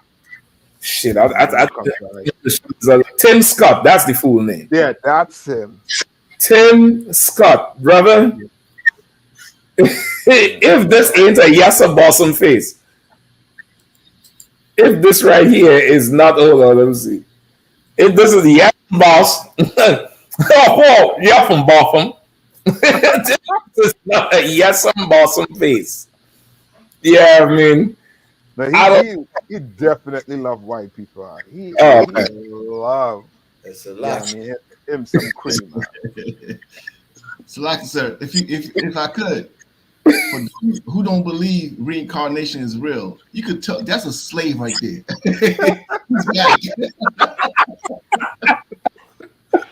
Oh my gosh! Just goddamn. This is the picture right here. Yeah, this is the one. Hold on, let me clear up. This is the one here, boy. Yikes! Ooh, this nigga showing his gums. Hold on, where is it? Slovakia. This nigga showing his gums. Oh my goodness. This is it right here. This is the one right here. Like, it's bad. So, like, it's bad when you got to show your gums to match your tie on your neck. See, this is why I'm trying to stay spiritual. I'm trying to stay spiritual and edify Israel. But see, this is the type of stuff that once again, when the scripture talk about that we're gonna be in the time of traitors, like this right here, and no shame. Nah. And you know why no shame? Because the integration in this place has removed shame. It's like that. Guess what? They gave him talking points. Right. It's no different than a Muppet on Sesame Street when he get up there on that stage. They just ain't got a they got a hand on this nigga back, and they putting the words in this nigga mouth. And then you gonna get up there, and then you want to talk about black fundamentals. You want to talk about black responsibility to black people because you endorsed by the Republican Party. This is what I'm talking about. And the UPK we bring out. But see, and you know who our opposition is? It'll be this person right here. Once again, these are the people who hate the UPK. These are the people who hate Commander General Yahanna. Right. Because you will look a whole lot better if you just tried to act white. Yeah. and agree with white people. And just to add to Kahan, and these are brothers who accept second place. In the UPK, we do not accept second place. Damn right. You understand? We do not accept second place. They accept second place. They're like, yeah, I know who I am. I'm gonna take that back seat and let you, you know what I mean, you be the one. You understand? But nothing here. We want everything. We want rulership. You know what I mean? They want to, they just want to, you know what I mean, get a nice paycheck and go home with the, you know what I mean, family and be relaxed. Not us. You know what I mean? To hell with our paycheck, to hell with reparation. We Right. want rulership. We want justice. You Damn right. understand? You do the crime, do the time. Simple. Damn Are right. you? If I could too, if I could say one more thing too, Cap. And that's what black people don't understand about racism, the sophistication of racism. See, when you think about racism, white people, they hate all black people, right? That's how most people look at it. But here's the thing, here's the catch. Yes, but they will co-sign certain black people who fit their narrative, who will agree with them. That's what they don't understand about this. Like with Trump, he ain't racist. Look, he got Tim Scott. He ain't racist. He got Omarosa. He ain't racist. He got Ben. But that's the thing. You understand? This is not wholesale racism. It's sophisticated. That's why the Bible says oppression make a wise man mad. Yeah. Right. You got oppression is you got to be wise to understand oppression. They will use them. You have, as the old people would say in the South, they will have showcase Negroes. Negroes they put on showcase, and he's a showcase Negro. They polish him up. They polish that head of his. They give him a nice suit. They tell him what to say. He didn't come up with those talking points on his own about abortion and about healthcare and about social economics. He didn't come up with that. That was given to him by the Republican Party. Right. It is no different than the Democratic Party. These talking points, once again, you know why what we say is so people are like, wow, we never heard that, because we are free men here. That's right. Exactly. What we get comes from the Lord. You understand? Like you can't, it's no cookie cutter mentality when it comes to what we do, because we broke the mold. We speak what the Lord have us speak. But on here, I guarantee you, all you got to do is study, okay, what does the Democratic Party stand for, or Republican? And all you got to do is agree to those talking points, and they're going to usher you in. They're going to say, you don't like black people. You don't like lazy black people, do you? No, I don't. Okay, good. Okay, let me put this shirt on. Put this American pin on you and stand up here right next to Donald Trump. Say cheese. Salaki. Mr. Head as Oz nigga. Yeah. Right. Mr. Head. And what's your Trump looking at him too? Like you know what I mean? You my good slave. Exactly. Basically. You know what I mean? Good night. Yeah, that's a sickness amongst our people. And it's the psychology. Hold on, let me see this is what I need. Yeah, and where these Negroes too for when people make statement like that in Congress, so you know what I mean, those high profile figures. You said me no black person in here what Valentina said about black people, and nobody come out and say nothing. That's the strategy, Nathan. The strategy there is you get a Hispanic to say it, so if black people come out and retaliate, it'll look like blacks versus Hispanics. Exactly. Which is the bait.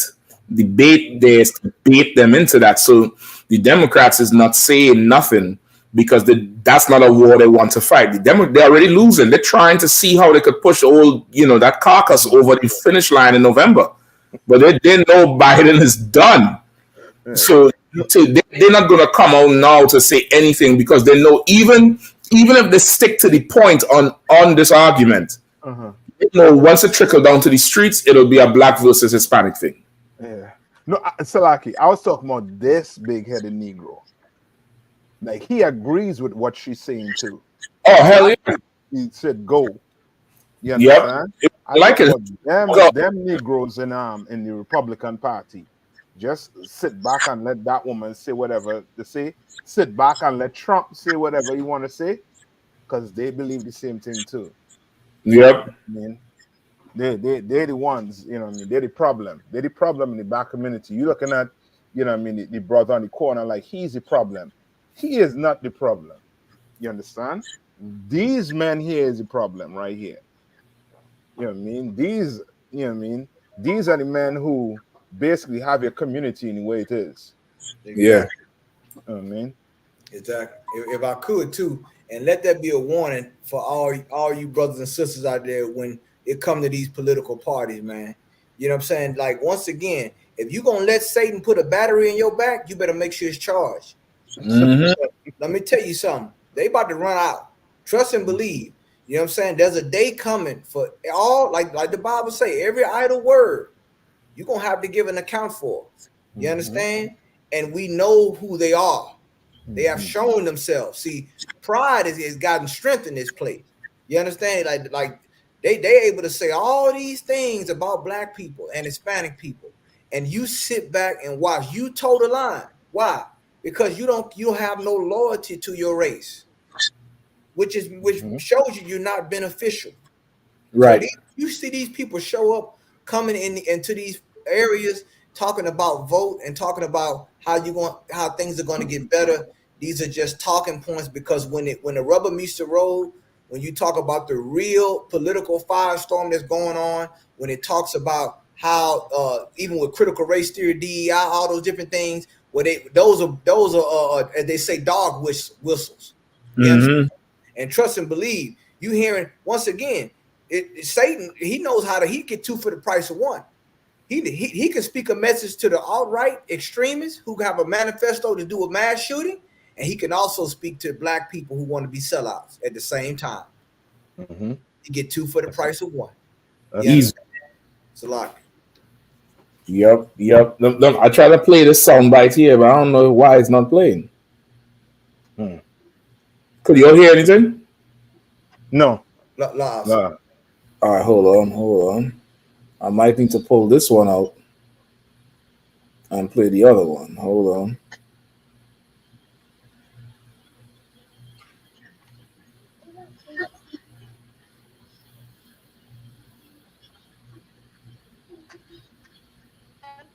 When we have a protester inside, which isn't even very often, I say, be very gentle. Please don't hurt him. We had a case where we had an African-American guy who was a fan of mine. Great fan, great guy. In fact, I want to find out what's going on with him. You know what? Look at my African-American over here. Look at him.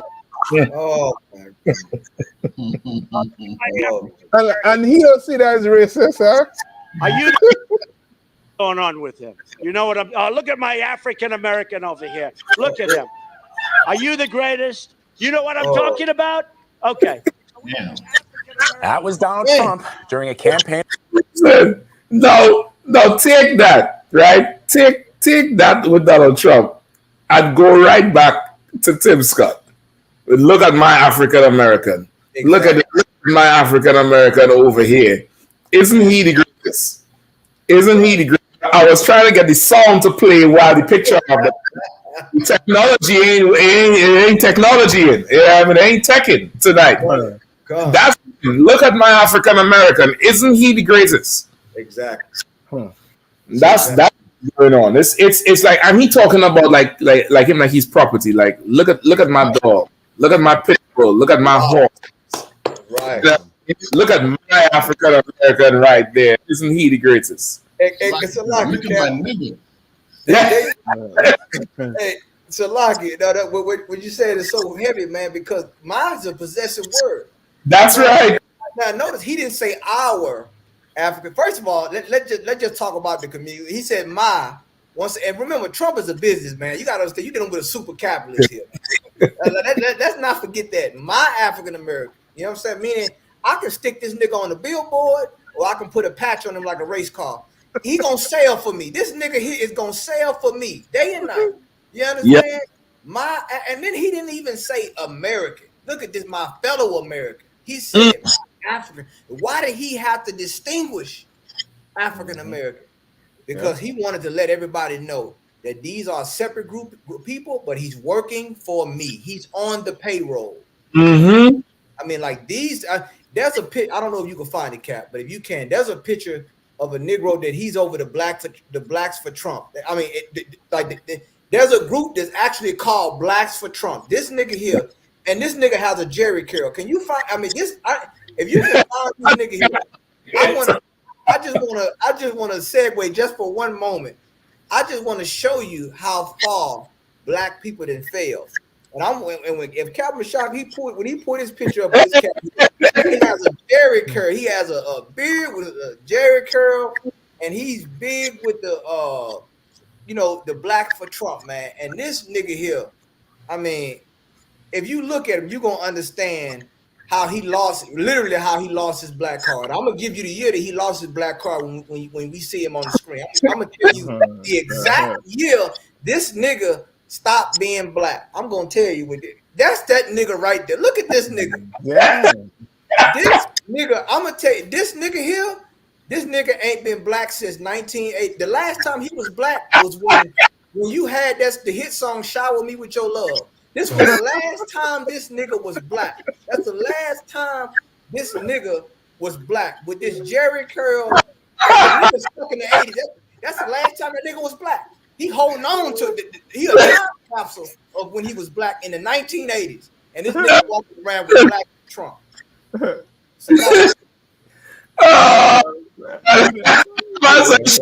Your love. Ridiculous. Listen, you know he in a time capsule card for sure.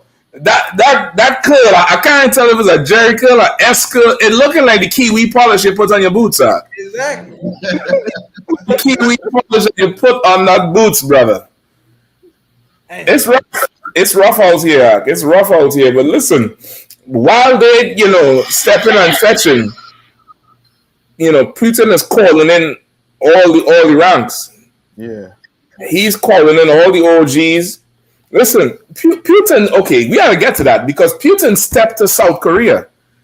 Isn't South Korea the more liberal, westernized one that roll with America? Yep. Mm-hmm. Oh, brother, that is insanely, that's a huge deal, Ark. I think most people probably thinking he went to North Korea, which is the more closed off section. This nigga, he stepped to South Korea. No, Selaki said he went to North Korea. Yeah, I'm talking about what he's saying. When I say went to them, meaning he stepped to them. Yeah, and something so flat out. Right. Like, brother, and that's like American territory. Mm-hmm. That's down near you could damn near say South Korea, Japan, them places is down near like American territories. Mm-hmm. You know what I mean? You can't outright call them colonies just yet, but you could definitely say they're like little American strongholds and footholds in them places. And he stepped to them and tell them, listen, man, do it at your own risk. That's right. I'm in Ukraine is bad for your health. Man. Yeah. Putin, crazy. Yeah. And say, don't play with something safe. Don't play with me. God damn, Mark. Yeah. If you listen to them older heads who are about the international into international politics, they're really scared about about nuclear war because they're seeing it. You understand? They're seeing the pattern what's taking place. Because what's going on is America basically, just like they got into World War II, when they knew that the Japanese was planning to bomb Pearl Harbor and just let it happen. Right. For pretense. Now, Putin drew so many red lines in the sand. And America and Ukraine keep on pushing it. Putin is playing it safe to the point now where he's like, you know what, to hell with that. I'm going to arm every American enemy. I'm going to do it. I'm going to give them whatever they need. You know what I mean? to hell with what the UN and what NATO think. I'm going to these countries that they're trying to sideline, and I'm Right. going to arm them. That's right. You understand? I'm going to arm them. So lock it.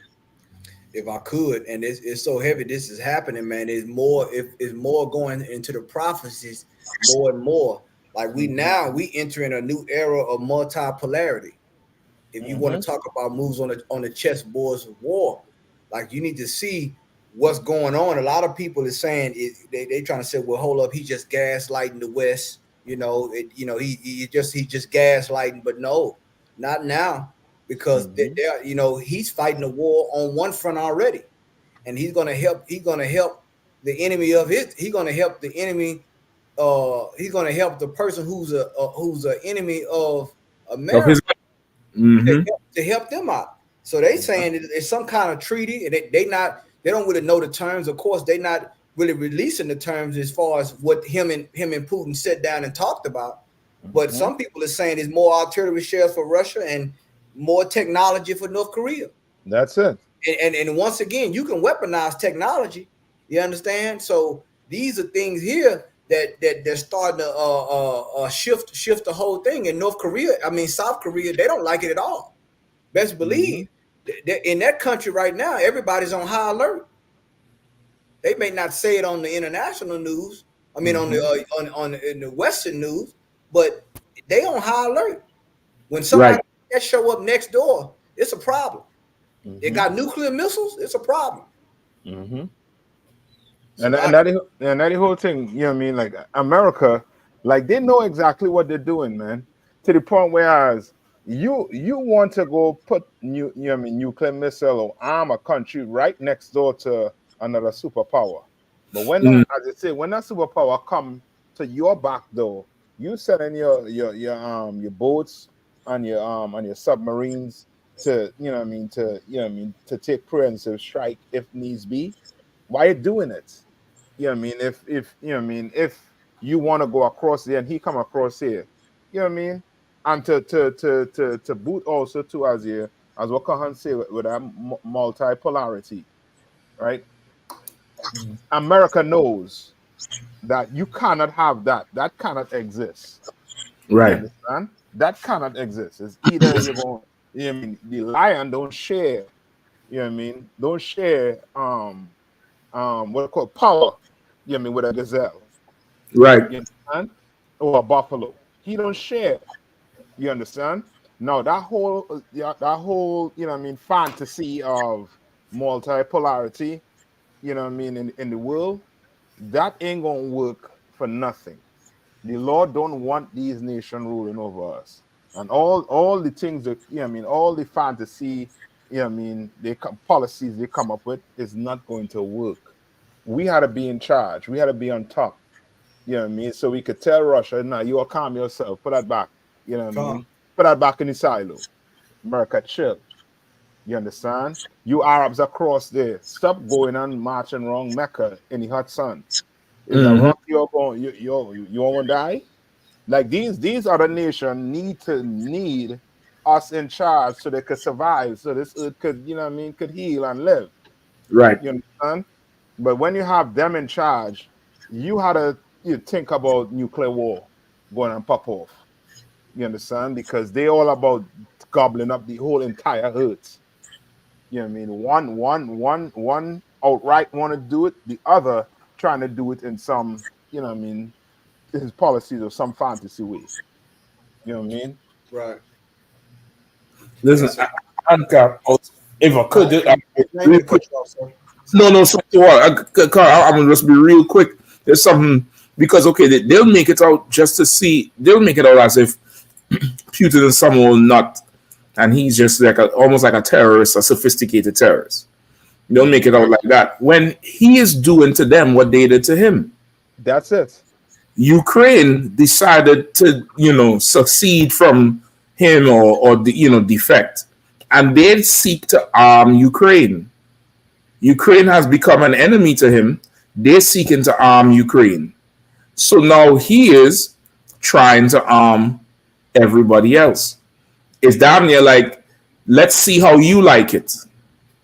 but they'll paint the picture as if he's just a reckless warmongering one to just spread war and bloodshed. You know what I mean? Right. Go ahead, Kahan. Con, I believe in that article. There's a piece in that article where he says that those that's arming Ukraine believe that they're not at war with Russia. Mm. I mean, what he's doing, he's definitely playing devil's advocate. He's saying, okay, those that's arming Ukraine, you don't believe you at war with us. So guess what? Me arming North Korea, it shouldn't be a problem. Exactly. You know, and like he's like, once again, like he and really, because that's so close in the East, he really has the advantage over South Korea. If you really want to be honest, America won't admit that, but between Russia, China, and North Korea, they have the advantage. Mm-hmm. They have the land advantage, definitely, and land and air. You know what I'm saying? Mm-hmm. And sea, if you would want to look at it like that. You know what I'm saying? Mm-hmm. But that's where he's going. And remember, Kim Jong Un, he's a hothead anyway. You know what I'm saying? You dealing with how old he is now? What, 30? Yeah, remember he took power. He was like a 20, early 20s, man. Yeah. You know what I'm saying? With all that weaponry and all that power, man. You know what I'm saying? And he got enemies. He's trying to make allies whoever he can in a way that's against America. Because you're in a country where you look one direction, there's an enemy. You look, I'm 3 different directions, I believe. You know what I'm saying? Where it's enemy territory on his borders. So he's trying to keep them at bay. You know what I'm saying? That's how he's looking. He's looking at the security of his country. He's trying to keep them at bay. You know what I'm saying? So these are the things that's going on in international politics and the geopolitical world that, you know what I'm saying, a lot of our people don't know about. But there's a lot of movement going on over there. You understand? A lot of movement going on. That's why they have all that a lot of those CIA and things over there, because they trying to monitor what's going on, who's meeting with who. And remember, Putin don't always, when you the top dog, you don't always got to show up. He got ambassadors. He got people. They got back channels. He don't always. This was the optics. He had to show, but it's something that they don't always show. That they meeting with people with back channels that you don't always see. Mm-hmm. So I yield. Yeah.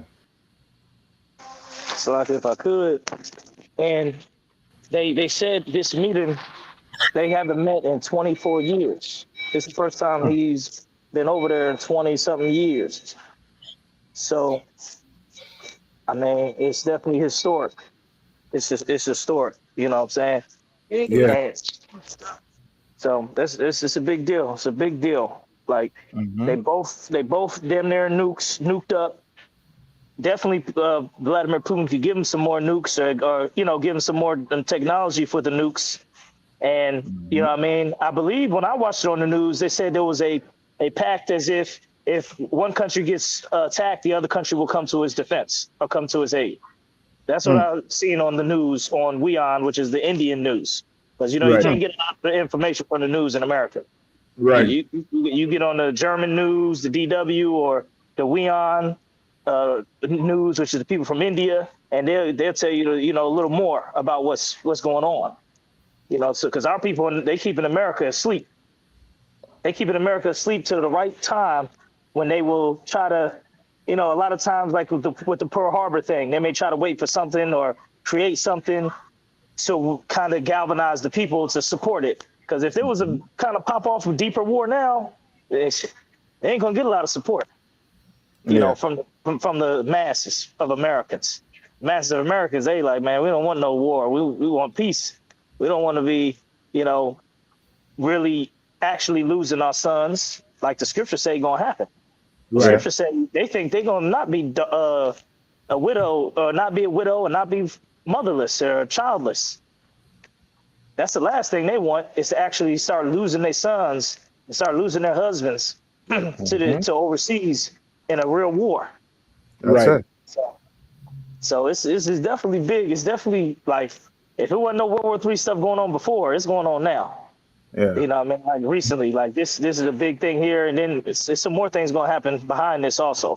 Like you said, Captain Kahan, this is public for a reason. Like what Kai said was heavy. It's public for a reason. They got the photo op standing next to shoulder to shoulder. He was in the whole country walking down the aisle with all the soldiers of Korea on his right and his left. He was shaking the hands of all the generals. It was damn near, you know what I'm saying, letting it be known that, hey, we're brothers in arms now. Exactly. Like, Yeah. Go ahead, Salaki. No, I didn't mean to cut you off. Go ahead, Cap. I was gonna bring out something you just touched on. No, I was just gonna double on that and say, like they said in the video, he was shaking hands with all the generals, and it's setting the stage. You know, it's letting the world know, because these are the top enemies of America, and they coming together after, and they ain't been Vladimir Putin ain't been over there in 24 years. Right. So they coming together, and this is the top two enemies. Next, you're gonna see Iran. Then you'll be three of them. Like the scripture says, all the gathered together in Ezekiel. All of Gomer, Magog and his cohorts. You know what I mean? It's the scripture in Ezekiel that says that all of them gathered together. Persia, Ham, Right. Russia. They all going to be gathered together. Next, that's what you're going to see next. You're going to see African next to them. Then you're going to see Iranian next to them. And that's when you know.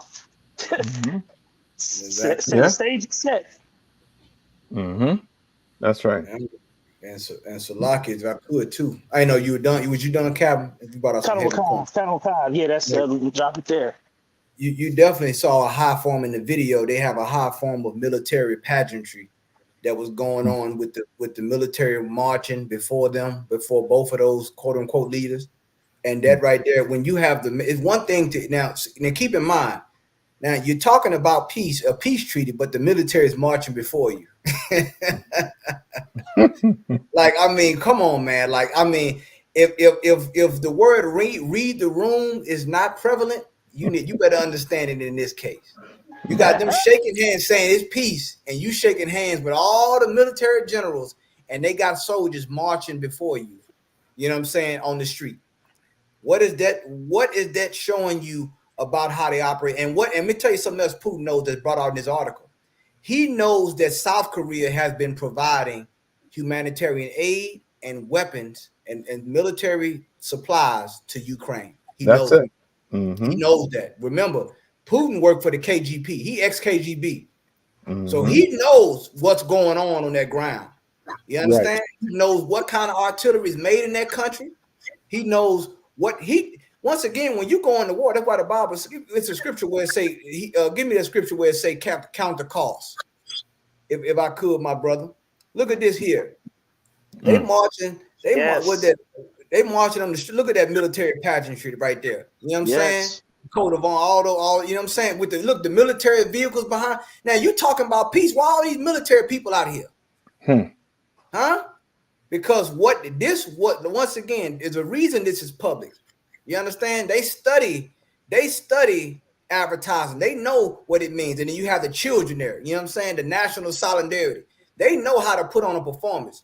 You know, Hitler knew the same thing. When he performed, when he got ready to do a campaign, he had everybody out.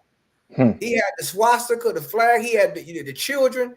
He made it like a celebration. You know what I'm saying? A coming together, unification when he did with those countries. And that's what you see here. You understand? And when America the other countries see this, South Korea sees this, they don't like it. You understand? Because just this right here means that we got a problem. You understand? That they are prepared. You know what I'm saying? If I can get that scripture, my brother, where it says, the scripture I asked for about Luke chapter 14, verse 28. For which of you, intending to build a tower, does not sit down first and count the cost? You understand? If you're gonna build a tower, you're gonna build anything construction wise. You gotta count the cost. You have to have a budget. You understand? What you looking at? They're comparing budgets. What do you need in case this happen? What do you need in case this happen? They're building. You understand? In this case, they're building to destroy. They're building weapons. Go ahead. Whether he has enough to finish it. Lest after he has laid the foundation and is not able to finish it. You understand? All who see him begin to mock him. Go ahead and look. You're gonna have a lot of countries they guess what? They're gonna start the build and they're gonna be left off. They ain't gonna be able to finish what they started. You understand? A lot of these countries gonna be mocked because they talking all this stuff and they ain't properly account for what they trying to build. Go ahead. All who see it begin to mock him, saying, "This man began to build and was not able to finish." Go ahead. Or what king going to make war against another king does not sit down first and consider whether he is able when 10,000 to meet him, Salakia, whether he is able with 10,000 to meet him, who comes against him with 20,000. Or else, while the other is still a great way off, he sends a delegation and asks conditions of peace. So once again, these are all the peace. Peace is a matter of war. That's what a lot of people don't understand. War and peace, they're both matters together. One thing that these countries start to realize, if these countries can make peace with each other, they can go to war with each other. If they're making all these agreements that they can make war. You understand? There's a peaceful way to go to war. You know what I'm saying? That's what people don't understand. Keep going. Likewise, whoever of you does not forsake all that he has cannot be my disciple. You understand? So you got to count the cost, man. When you go into war, you got to count the cost. And these other nations, they're building their war chests. They're saying, if we have a fight in the South China Sea, how do we have enough man? Do we have enough manpower? Do we have enough air power? How much? They all getting their funds together, which is why America. You want to know why America's in the economy the way it is? We in a wartime economy. You thinking that this is bad economy? No, they sending money to these other countries, tax free money. They sending tax dollars that could be going for projects here to other countries. Why? Because there's war, and them other countries. America's propping up Ukraine right now. There's no way Ukraine could be fighting for its own national freedom, sovereignty, with all that U.S. money coming. Once you start getting that much money, you ain't free no more. I'm sorry. You start getting that much money from these other countries. I mean, come on, man. Your country don't belong to you no more. Yeah. You understand? Let's just keep it real. So once again, these people are meeting. They're meeting on these grounds of the horizons of war, and you can see the horizons of war when you look at. I mean, from land, sea to air, it's a lot of movement going on. You know what I'm saying? I saw one report. They saying Google Earth is some of them areas on the map going dark. You can't even, like, damn, how all of a sudden I can't see over there? It just went black. Why is blurred? I can't even see nothing moving.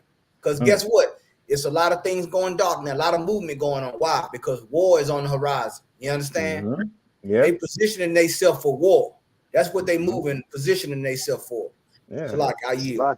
And if I could, go ahead. No, go ahead, Kapaz. Oh, just real quick, Salaka Adawan. I was just going to say, man, what you're saying is so heavy. This is why what you said, he went in person. When he went in person, that was so he can see in person the army.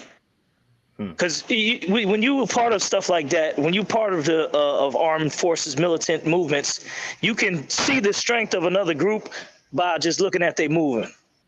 Look at how they moving. Look at how they're saluting. Looking at their order. That's what Putin wanted to see. He ain't want to send nobody. He ain't want to talk over the video chat. He wanted to go there and see. And guess what? What else he going to see? The missiles. He going down there to see the missiles. How many missiles he got? All the nuclear missiles.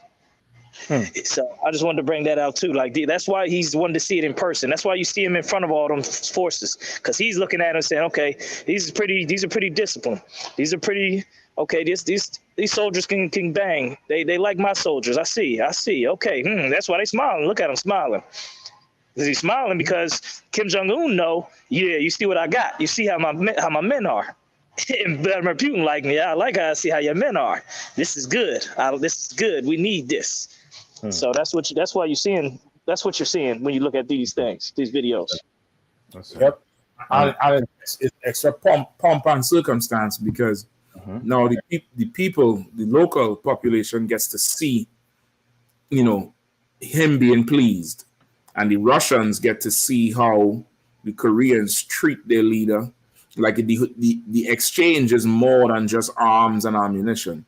They're exchanging spirit and zeal behind the whole thing. Watch the one in the middle in the back of him. Look how he looking at Putin. Right. Yeah.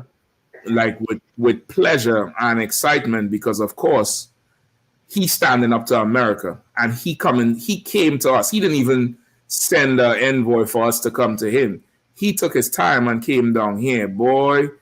All he had to do was say the word go. They're probably listening trap music right now. That's right. They're listening trap music right now. Listen King Vaughn, listen some King Vaughn or something. Listen to some Lamar or something. Luck here. Just to add to, I mean, Putin, if you're out there, man, get a pencil and paper. Yeah, 2 seconds. Because your next stop should be Hans Buller. Go and cook them Hans Buller men up. Go get Hamas something, man. Go, you mean, if you're about it, be about it. Don't talk it. In here, we don't talk it. We be about it. You're about you're about fighting America. Go arm Hans Buller up. Because right now, Israel, I don't know, boy, but boy, they gotta come to that table quick. Because this week, Hans Buller put out a 10-minute tape of surveillance footage showing you the Haifa. That's a part in Israel where, it's one of the wealthy places where the money coming in. Right. You understand? And the same thing they try to charge Hamas with, meaning you can't have a military post in the middle of the population. But guess what? Israel doing it in Haifa. And Hans Buller and them was able to show it and say, you see? And show and strategically showing you places that they could hit in Haifa. You understand? So that's why right now, if you listen to it, you keep your ear to the news, Israel talking about a strategic pause in the war. You understand? Putin, you could end it right now. Just go across there. Sit down with Hans Buller. Shake hands with Hans Buller. That's the thing, Cap. He ain't trying to start the war. He trying to play them. He's like, you throw one stone at me, I'm throwing 10 back. Yeah. Like he's showing them, okay, you doing this with Ukraine, and you doing it in a backdoor way through NATO. Yes. I ain't using no front. I'm going myself. And I want you to see what I'm doing. Like once again, he taking it. Remember that interview with the dude from Fox? Tucker Carlson. Tucker Carlson. Remember how he was talking? Like he ain't trying to be the aggressor, even if he is the aggressor. He ain't trying to publicly appear as that. He just, like, this is what you doing to me, so I'm doing it back to you. Right. So he ain't gonna make that step over there with Hans Buller until they escalate it. Like if America come and escalate something now, then he go escalate to match. He just matching it. Right now he just matching, and making them agitated. Yep. He agitating them, and he doing it. He knows this is an election year. So to do something like this, you're putting everybody in a trick bag now, because now you have to do something, because the next American president is going to have to show that he's strong. He's going to have to show that he's tactically aware. He's going to have to do this, and this is the right time for him now to make plays. Yes. Yeah, that's it. If I can too, about it was something you said, Cap, that was heavy about that whole political thing, man, where he's playing, because now I remember he called for a ceasefire in Ukraine. This is the second time he called for a ceasefire. Like once again, he's trying to show that he's not a bully. Once again, them people in Ukraine, they ethnically Russian. So he want, in order for to really govern that territory, he really can't have a scorched earth policy. But when you catch somebody that's 10 times stronger than you asking for a ceasefire, you got to be careful, because it like once again, really the war is already over in Ukraine. They got to keep sending that. Really, the war is they lost that war. The Ukraine has lost that war with Russia. The scriptures say it already is prophesied. That's over with. You know what I'm saying? I said it once, I'll say it again. The Ukrainian national anthem sound like funeral music. Every time they play it on TV, I said, this sound like funeral music by Mozart. This is funeral music that you're playing on TV. It don't sound uplifting. It sounds like we walking to the grave. That's what it sounds like. So that war is over with, but he know that they started pumping money into that, pumping weapons into it. You don't got to pump that much. If they were winning, you wouldn't have to have that much weapons and war and money, billions and billions of dollars, and they steady losing territory. I mean, it's clear to see that the more superior power in that region is Russia. Right. Yeah. So like, I yield. Yeah. And to tell you also the type of equipment they're getting, they need to have American personnel using it or training them to use it. You know what I mean? You can't learn to use them thing in wherever a couple of months you're in. You know what I mean? And America ain't gonna give it that technology and try to, you know what I mean, have your other people know how to use it. So which means Putin know that America have foot on the ground inside there. He knew France and them have foot on the ground inside there. He knows that. You know what I mean? But you know what I mean, he, as you're saying, he tit for tat. And he playing that game real good with them. You know what I mean? Playing that game real good. They say something like he has a triple digit IQ, which means he ain't, you know what I mean, he ain't your regular dude you're playing with. He's somebody who, you know what I mean, who think, you know what I mean, who thinking before he make a move. You know what I mean? Yeah, and you know was the real was one like amazing thing about it. He's supposed to be under embargoes and sanctions, which mean by now he should be weak. He shouldn't even be able to afford to take a Uber, much less a plane to North Korea. You understand what I'm saying? Like I don't know, like because of the media, we don't, not we, but the public lose sight of where Putin's supposed to be. He's supposed to be that. So like he's supposed to be that hot air balloon traveler. Yeah, hot air balloon, dressed like Zelensky, you know, eating beans, eating hard beans, you know, begging North Korea to send him some water. But they're moving in strength and power and making plays. Embargo what? Tariffs what? You know what I mean? Like this year is like Russia is moving like a big shark in the ocean. Yeah.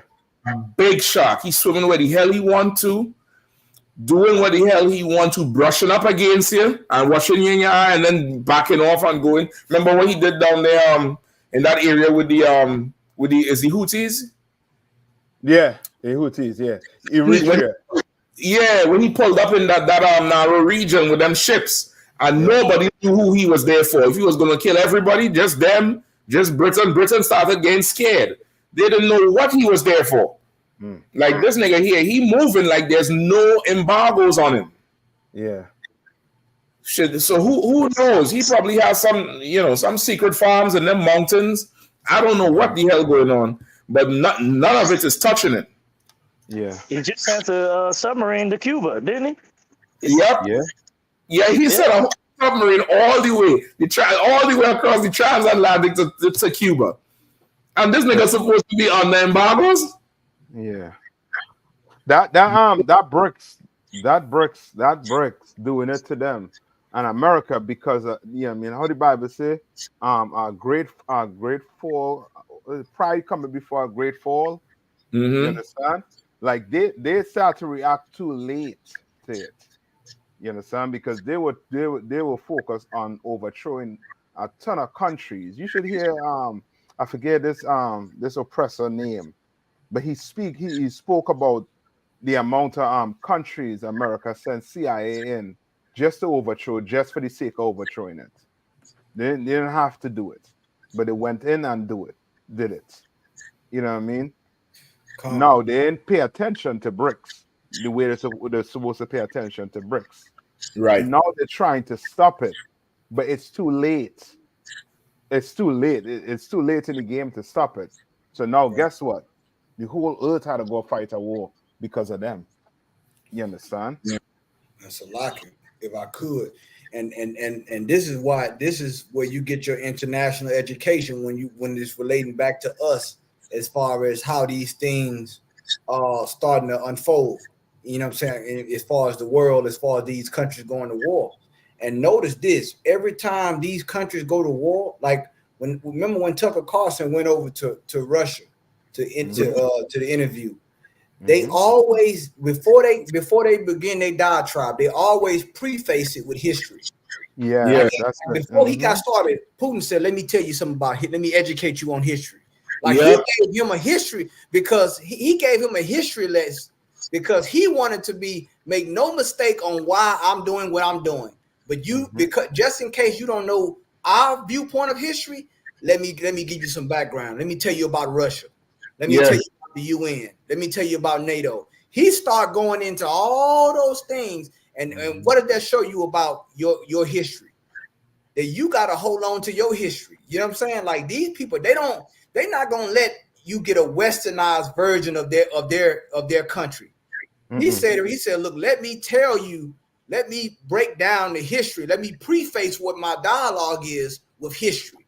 And then he went into the whole geopolitical and the war spectrum that's going on. But he started with history, and that's important.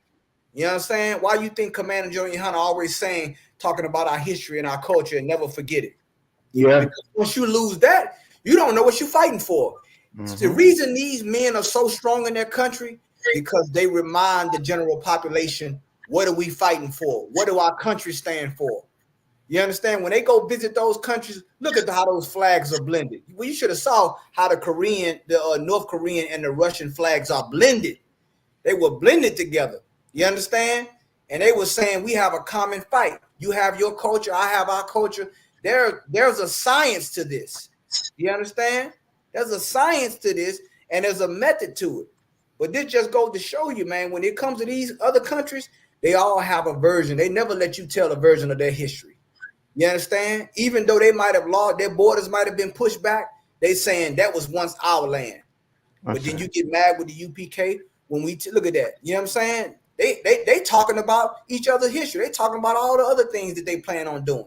A multifaceted thing. Trade.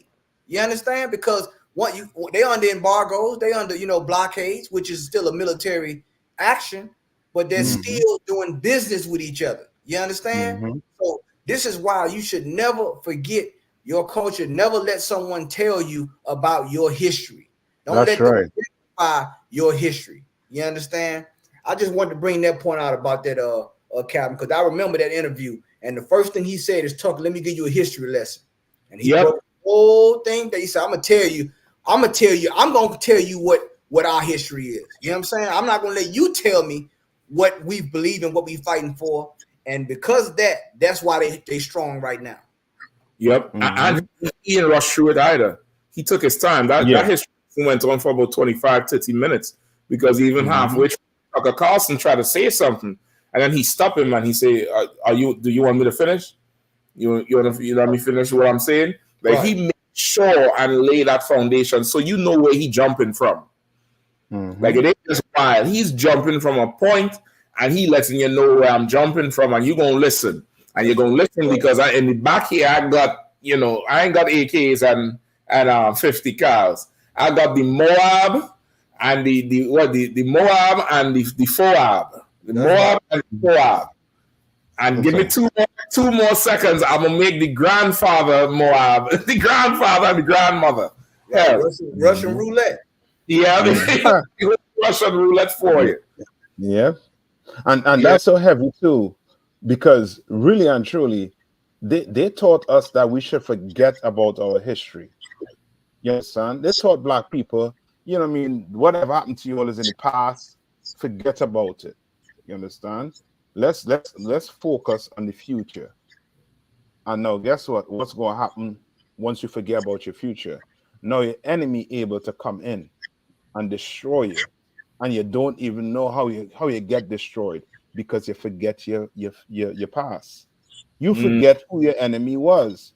You sitting right in front of your enemy. Like that woman, that congresswoman who I don't know, she no the secretary or something of Missouri. What's her name? Valentina. Yeah, You go man. understand? Like she don't understand. Black people tried separating from the oppressor. There was Tulsa, Oklahoma. There was, you know what I mean? There was Black Wall Street. We tried separating from him. That's right. We tried it, but it didn't work. Why? Because you have a man who is just bent on oppressing people.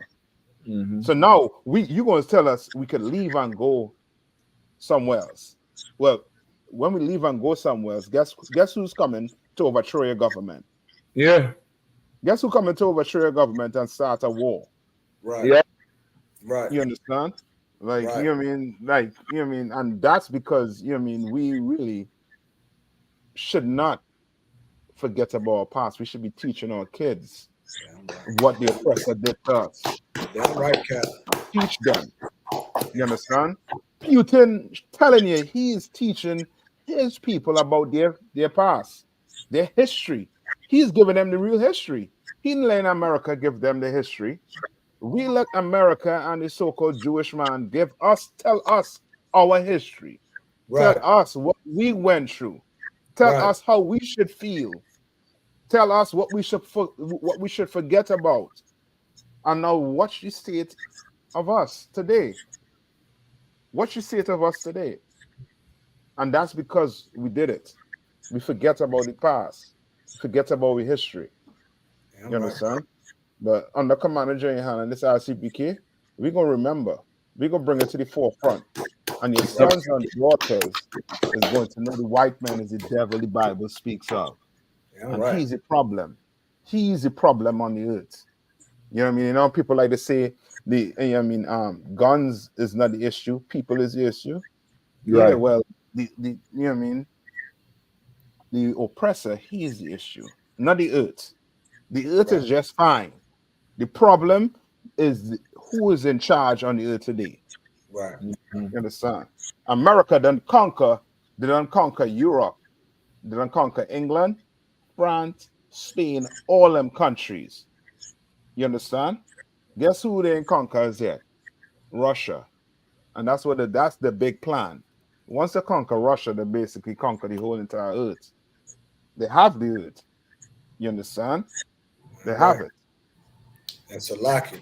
If I could too.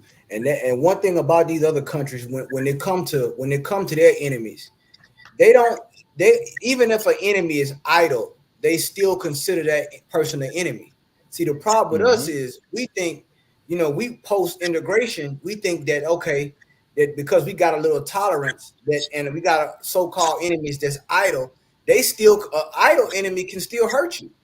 Why do you think they're watching their positions? How these other countries are moving? You know what I'm saying? Like if we imagine if we did that as a community, these mass shooters would be met at the door. Yeah. Because we would be aware, even though they're an enemy and they're idle, they still have the potential to hurt us if given the right position. You understand? And that is what we fail. It's why you have Dylan Roof going in a church killing black people. It's why you have they going into a supermarket shooting up black people, because we are not aware of idle enemies. And sometimes an enemy will play idle. See, Putin, he saw that all these things. He was watching this way before this whole Ukraine war jumped off. He was breaking it down. He saw when they made one progression, they moved here, they did this, they started doing things with the UN, NATO, and all this. He said, nah, you know what I'm saying? They're not gonna have open aggression, but he saw where it was going. You know what I'm saying? And these are all nations feel like that. America's the same way. You start getting close to Hawaii, watch what happens. You start seeing let them see a flag that they don't supposed to be seeing in certain territories. You understand? You could talk about, I'm just bringing bread and cupcakes. you shouldn't be here. You don't have the right to be here. Because even though an enemy is idle, there's still an enemy. An idle enemy is still an enemy. And That's that we it. didn't lost that as a people. You understand?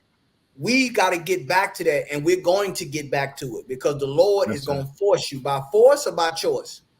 You understand?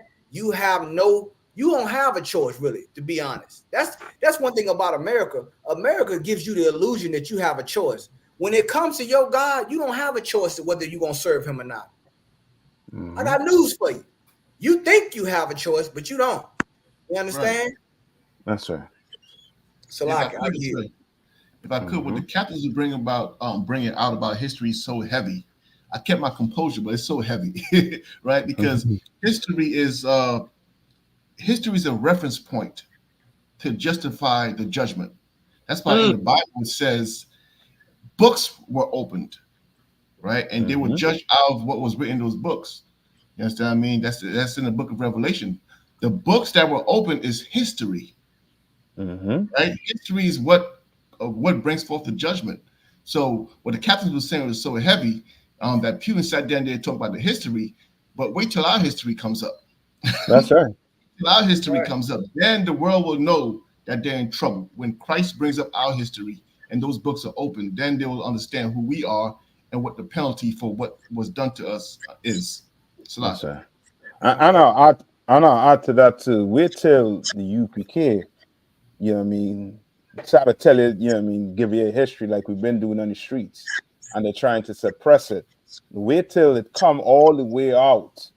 You understand that we the Israelites, we the true Jews of the Bible. You understand that they're trying to suppress it, but it's coming out. They can't stop it. They cannot. You know what I mean? The more and more that war going on in Israel, the more and more they look like the fake Jews they are across there. They're not the Jews. You understand? So let that war go on. I pray that war go on. You know what I mean? Until Christ returns. You know what I mean? And brothers and sisters going, you know what I mean, we're gonna wake up. Because I believe some preacher came out. I think I forget the brother who was telling that, who told his congregation that the Hebrew Israelites are right. Yeah, I seen the video with some things. You understand? Because it's coming out. You understand? Your history is coming out. They try to tell you you're African American. They try to tell you everything except being Israel. But that's coming out, and that's in your past. But they tell you, forget about your past, forget about your history. You're an African American. Right. You know what I mean? When that is the reason why we destroyed in this place, because we are trying to be African American. We're trying to be like the Americans who robbed and steal and unalive to get everything they have today. I'm right. I yield. If I could, let me get Ecclesiasticus 12, 10 through 13, I believe. Because exactly what both you Yahanna, and you Nafak, as exactly what both y'all was saying. I'm worried too with the history. Like that's a heavy part that only a priest would be able to see that, to make those statements about what he says, Yahanna, idle enemy or an effective enemy. Only priests would be able to see that, because without the Bible, you would think, you'd be surprised, because this person who was once dormant is now lively again. Yeah, I mean, you'd be surprised. Oh, let me have it here. So like Ecclesiasticus chapter 10, verse 13. 12 and 10 through 13. Ecclesiasticus chapter 12 and 10. Come. Go ahead. Ecclesiastes chapter 12, verse 10. Never trust thine enemy. Say it again. Never trust thine enemy. Never trust thine enemy. Go ahead. For like as iron rusteth, so is his wickedness. For as iron rusted, so is his wickedness. Meaning, it's just going to keep getting worse and worse. No matter what you see, it's going to be getting worse. Go ahead. Though he humble himself, Though he humbled himself, which is again what Hannah was talking about, where he just laying dormant or he idle for a second.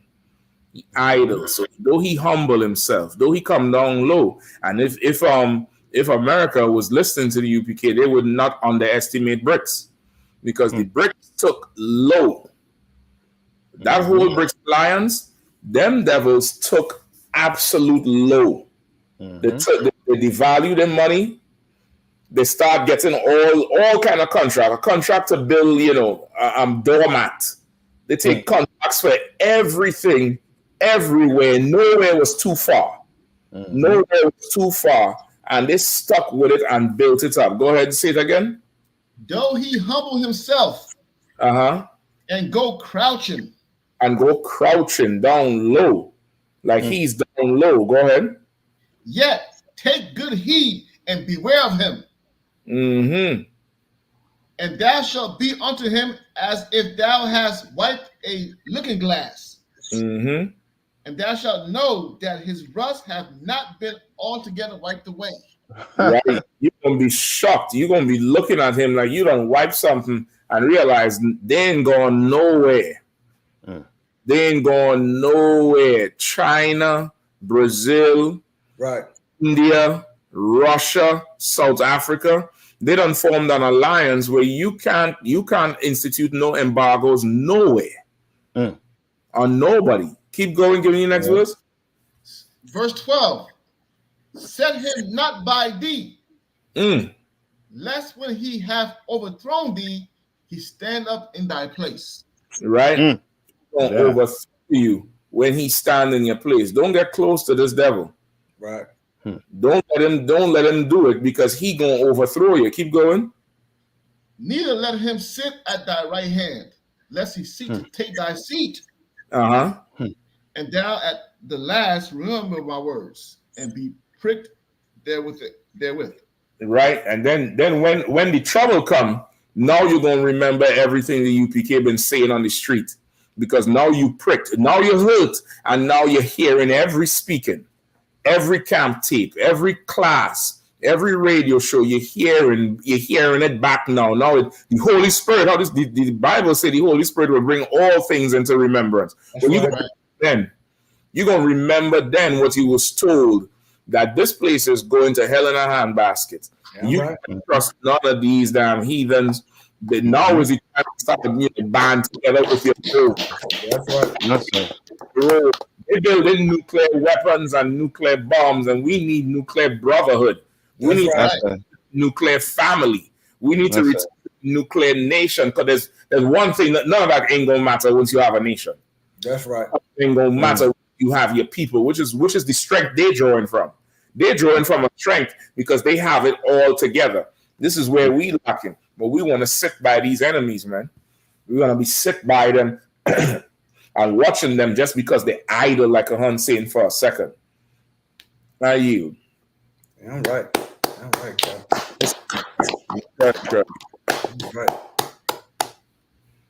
Listen, I think we're right there on the time, We're right there up on the time. I see they say over 500 people died in Mecca this last week. Yeah, I mean, over 1,000, sir. Over 1,000, damn. They're trying to keep the numbers down, though.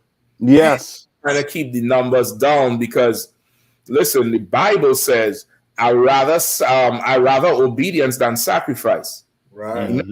God wants so much of your people. You mad over Israel bombing people. You ain't mad over that shit? That's right.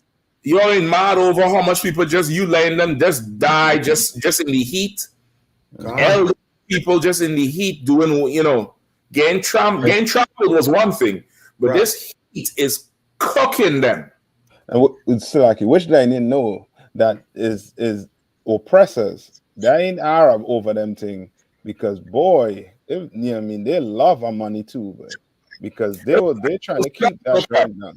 I ain't gonna say that. The house of Ishmael, brother, is the scripture say he shall be a wild man. Right. That fool is a criminal at heart, brother, for fun. He a criminal for fun. So like I said, you know what I mean? They'll count that all righteousness in dying doing that dumb walk to go kiss a stone. Right. No, listen, and I'm gonna come to your Warren. I was doing listening to some news on the thing. They say there's two different visas you could get to go. You could get a Hajj visa or a visitor's visa. And a Hajj visa, you whatever under the tourist section, you are covered. You have free healthcare for the time you're there for the Hajj. And they say a lot of people to cut costs because of how the world went through so much turmoil. A lot of people to cut costs, especially I think they say Egypt. Them Arabs from Egypt suffer a whole lot because they didn't get the Hajj visa. They get the visitor's visa and they wasn't covered medically. So they going in there, brother, and can't even pay the hospital bill and die. Damn. The heat. But they say with the Hajj visa, you getting free healthcare down there. And they say, I think Saudi will cover the cost or something like that. It's rough. It's rough, but that's when your God is not alive. That's right. Because a living God would say, hold up. That's right, stop. Cap. Hold up. Stop.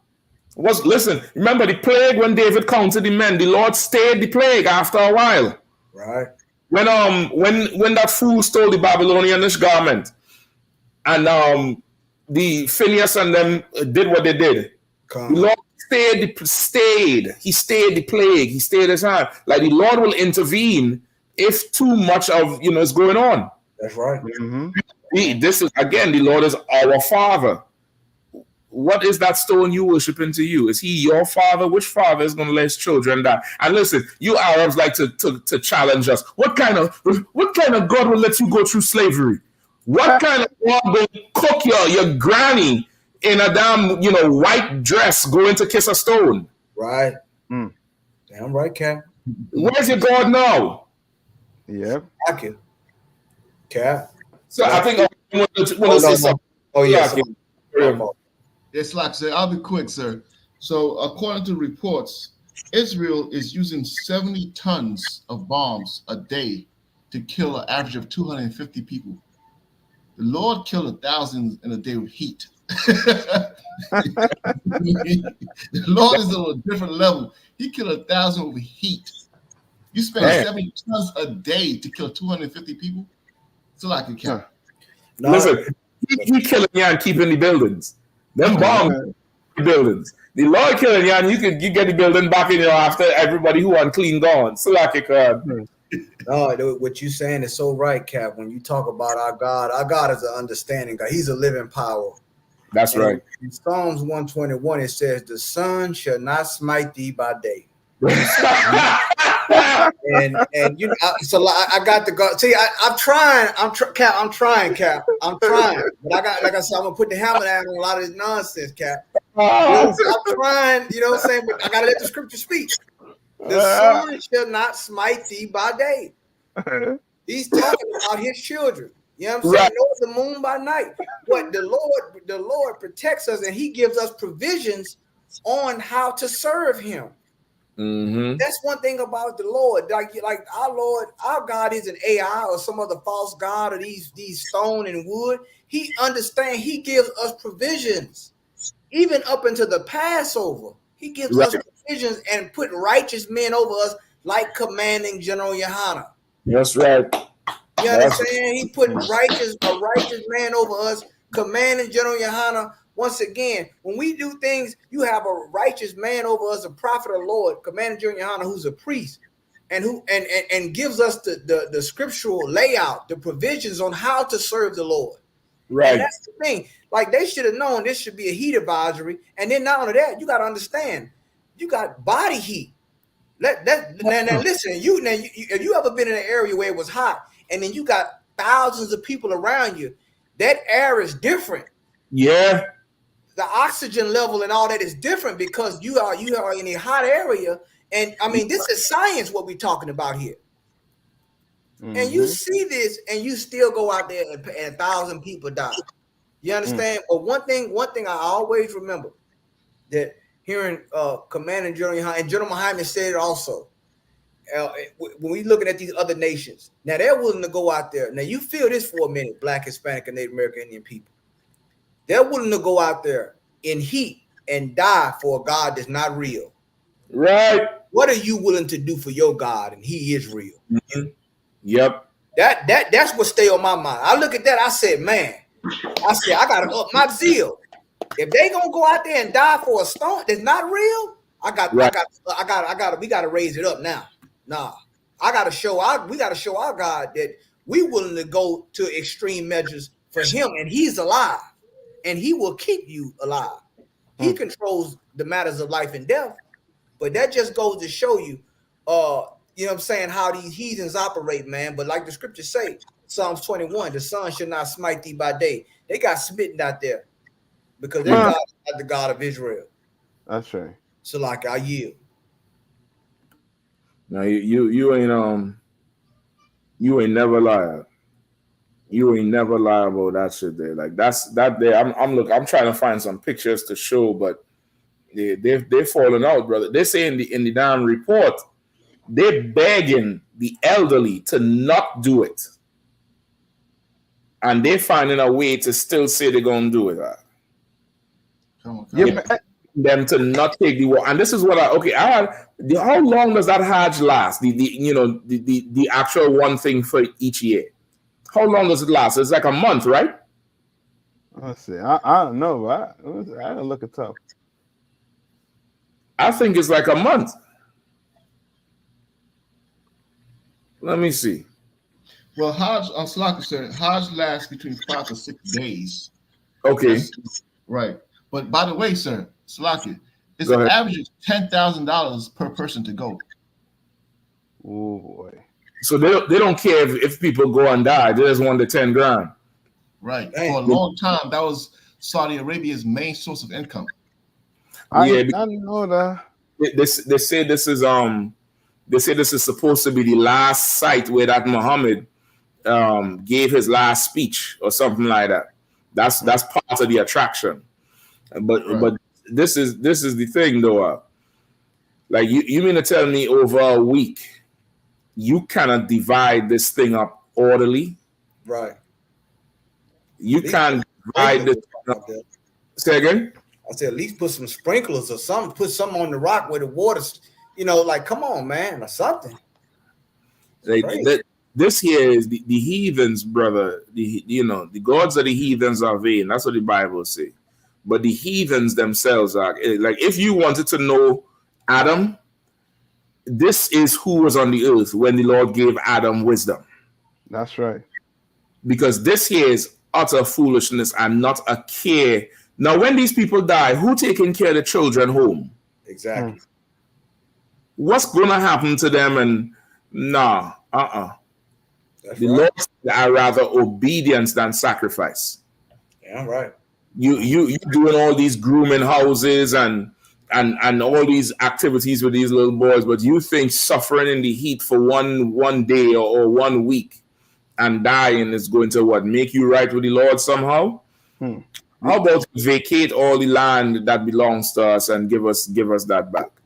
How about say Jews are black and they the people of God, the God of Abraham, Isaac, and Jacob, and let it stop there and leave Ishmael out because the Lord kicked him out? How about you do that? How about you do that instead of sacrificing your life? But you rather believe that lie in order to keep your foot on our necks and kill yourself. When Christ comes back, it's going to be a different story. Y'all just show me how far you're willing to go for a dead God. When the living power returns, I want to see more. That's right. I want to see more, much more. I want more devotion, more, more zeal. I want more. You ever see that? I know you all seen it.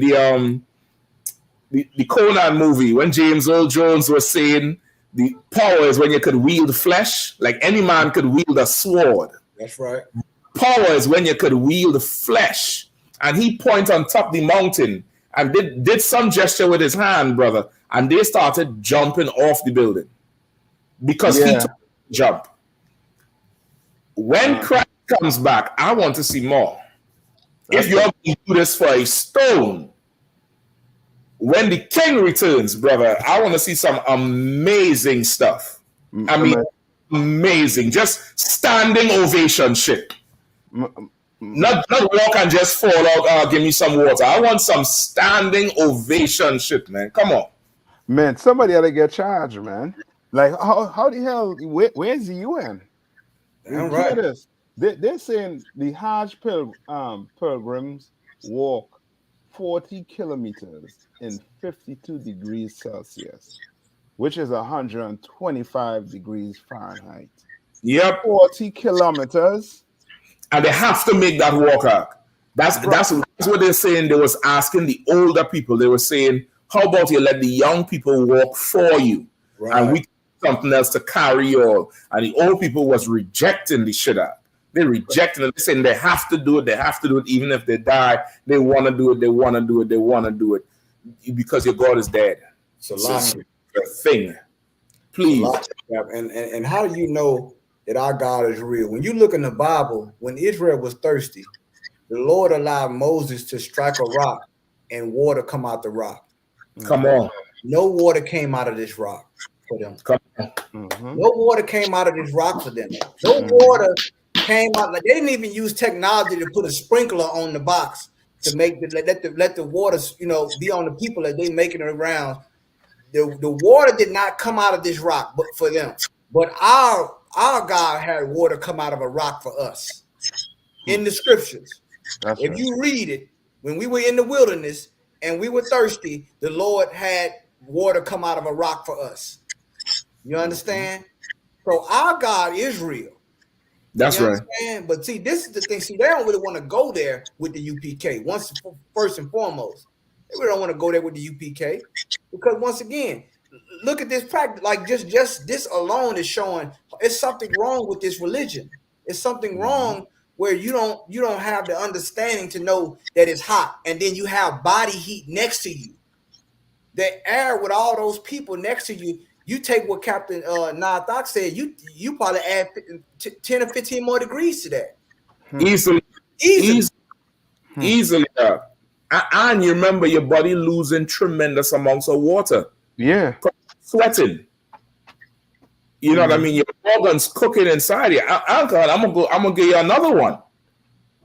When the Lord got angry with us, and he said, Moses, I'll raise up seed in you. Moses begged the Lord to rethink and say, listen, the people around is going to mock the name of Israel and you, saying you just bring your people out here to die.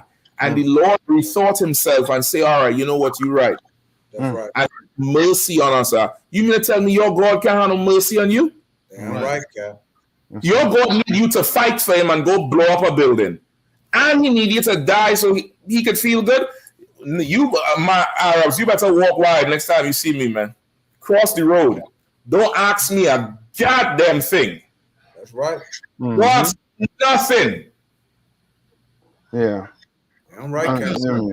How much bodies y'all just, brother, this worse than the COVID epidemic. Right. Yeah. It was dying that's in COVID. Most done in COVID. They shut the damn Mecca down during COVID. That's right. Maybe our God was having mercy on you. That's it. Maybe our God had mercy on you and let you live, and your dumb ass go right back and do the damn thing over 1,000 dead. Ridiculous, man. Listen, you brothers and sisters in Islam, you'll get the hell out of that foolishness quickly.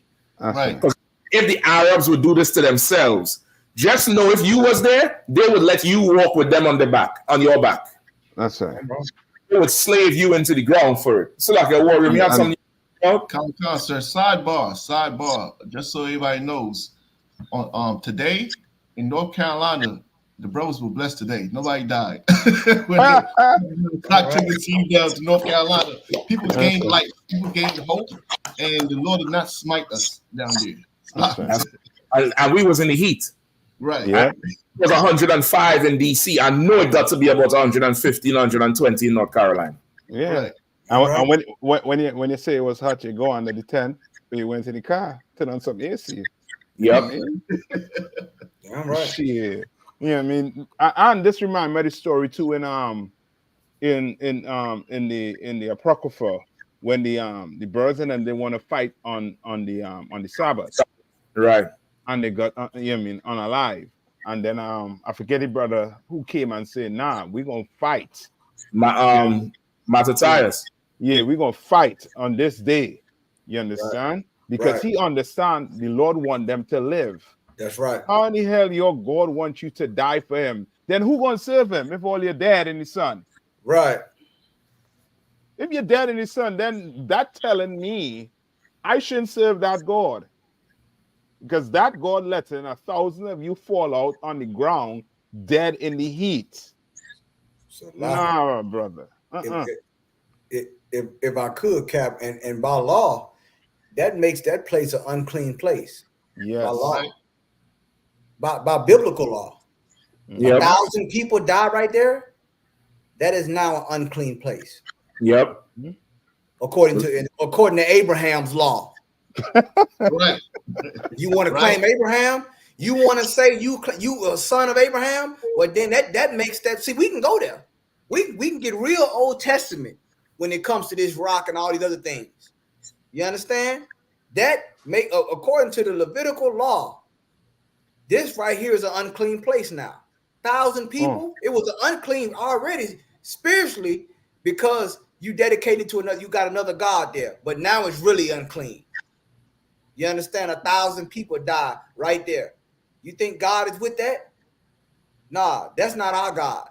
That's the God of another nation. You understand? Which is why the Lord say, learn not the way of the heathen. Right. That's right. Learn their way. Right. You understand? This Bible was written by Black, Hispanic, and Native American Indian men. You understand? Who were inspired by the Most High. You understand? Like, we have to turn back to our God. The captains just brought out, and the officers just brought out heavy points in the scriptures where the Lord made provisions for us. You understand? The Lord gave us mercy. Their God cannot give them mercy because their God is not real. Right. They don't see them. They don't hear the cries. They don't know that it's 100 and something degrees. Our God does. Why don't you serve the God of Israel? So like I yield. Yep, you're right. Listen, how the scriptures say, for he is not a God of the dead, but of the living. Right. For all live unto him. You know what I mean? This is proof right here. But unfortunately, a lot of our people is going to see this and make excuses. And I notice conveniently, you Negroes who in Islam, you're conveniently starting to separate yourself and say, well, you know, that's them Arabs. They don't follow in the true way. Like, if you know the true way, you better get to hell out of that ASAP. Get to hell out of that thing there ASAP. And listen, don't be surprised if in about 2 or 3 weeks you hear some kind of communicable disease or bacteria from all the people who flew back from Mecca to Egypt and Iran and wherever. Because, brother, 1,000 dead people are in that heat. You know what incubating in that thing there? Right. Yeah, listen, is around this time that COVID started rearing its head, you know. Right. It was somewhere in the middle of the year, and everybody was ignoring it until the next year. That's right.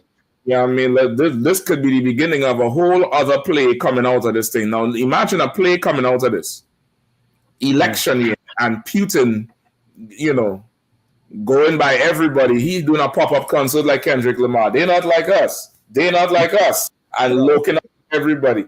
Brother, the Lord is creating the end of all endings here. That's right. End of all endings. It's going to be an epic close to this show.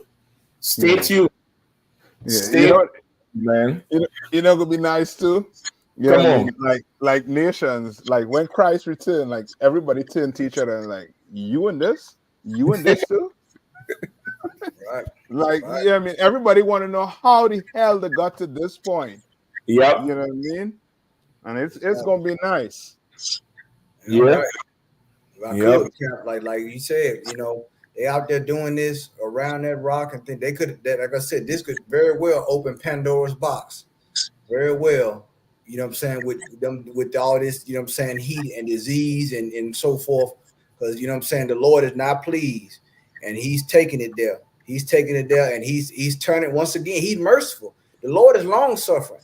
But one thing we got to understand is God's chosen people, that God, you know, once again, he's a black man. He's not going to wait forever. Right. Don't wait forever. He's gonna give you time, but you on borrowed time. Mm-hmm. Yeah, that's brother. That's the height of ridiculousness. Man. Look at this. This woman old in that chair. Where's she going? Yo, go when Christ comes. Like I say, when Christ returns, I want to see devotion. Right. I need to see some serious devotion. I want to see devotion. I don't know. You have to eat your foot or something. Let me see that knee reach your mouth. Start at the toe and let me see you stop at your kneecap. I need to, because if you're doing this for a dead thing, an object, surely y'all got to be performing tricks when Christ returns. Yeah. Surely got to come out, you got to be like, damn. We're gonna see the woodworks tonight. Y'all going to the show tonight? What show? The Hajj Devotion. Right. See, yeah. Because damn, Mark. That's anyway. Listen. So with us tonight. It's been a hell of a show. Everybody rocking on to one for always being on. The usual suspects, of course, as usual, Captain Nathak holding it down. Excellent. Yeah, Captain Yahanna holding down the south, as he always do. Yeah, I mean, Captain Kapash, jumping in here, all to be rocking and rolling. The Officer Warrior, I'm holding it down for DC. Right. We also have Sawap, obviously Sawap on the inside earlier on. I think Kazaki is going to be back next week. Lord allow usually be on. You know what I mean? And we're gonna keep rocking. Y'all remember them cookouts coming up? I think July 1st is Atlanta. Then we have Midwest Fire Weekend, California. Where it is Texas next, and who's the fifth one? I believe New York. New York, I think is at the end of August. Yeah. At the end of August, then Cali, then Texas. You know what I mean? Y'all stay tuned, pay your tithes, rock it out. Commander Yahanna gonna be live on this same channel Monday night, 9 p.m. Y'all check him out. And with that, we're gonna roll out tonight. So what a like, share, and subscribe. Y'all like, share, and subscribe. Dumb.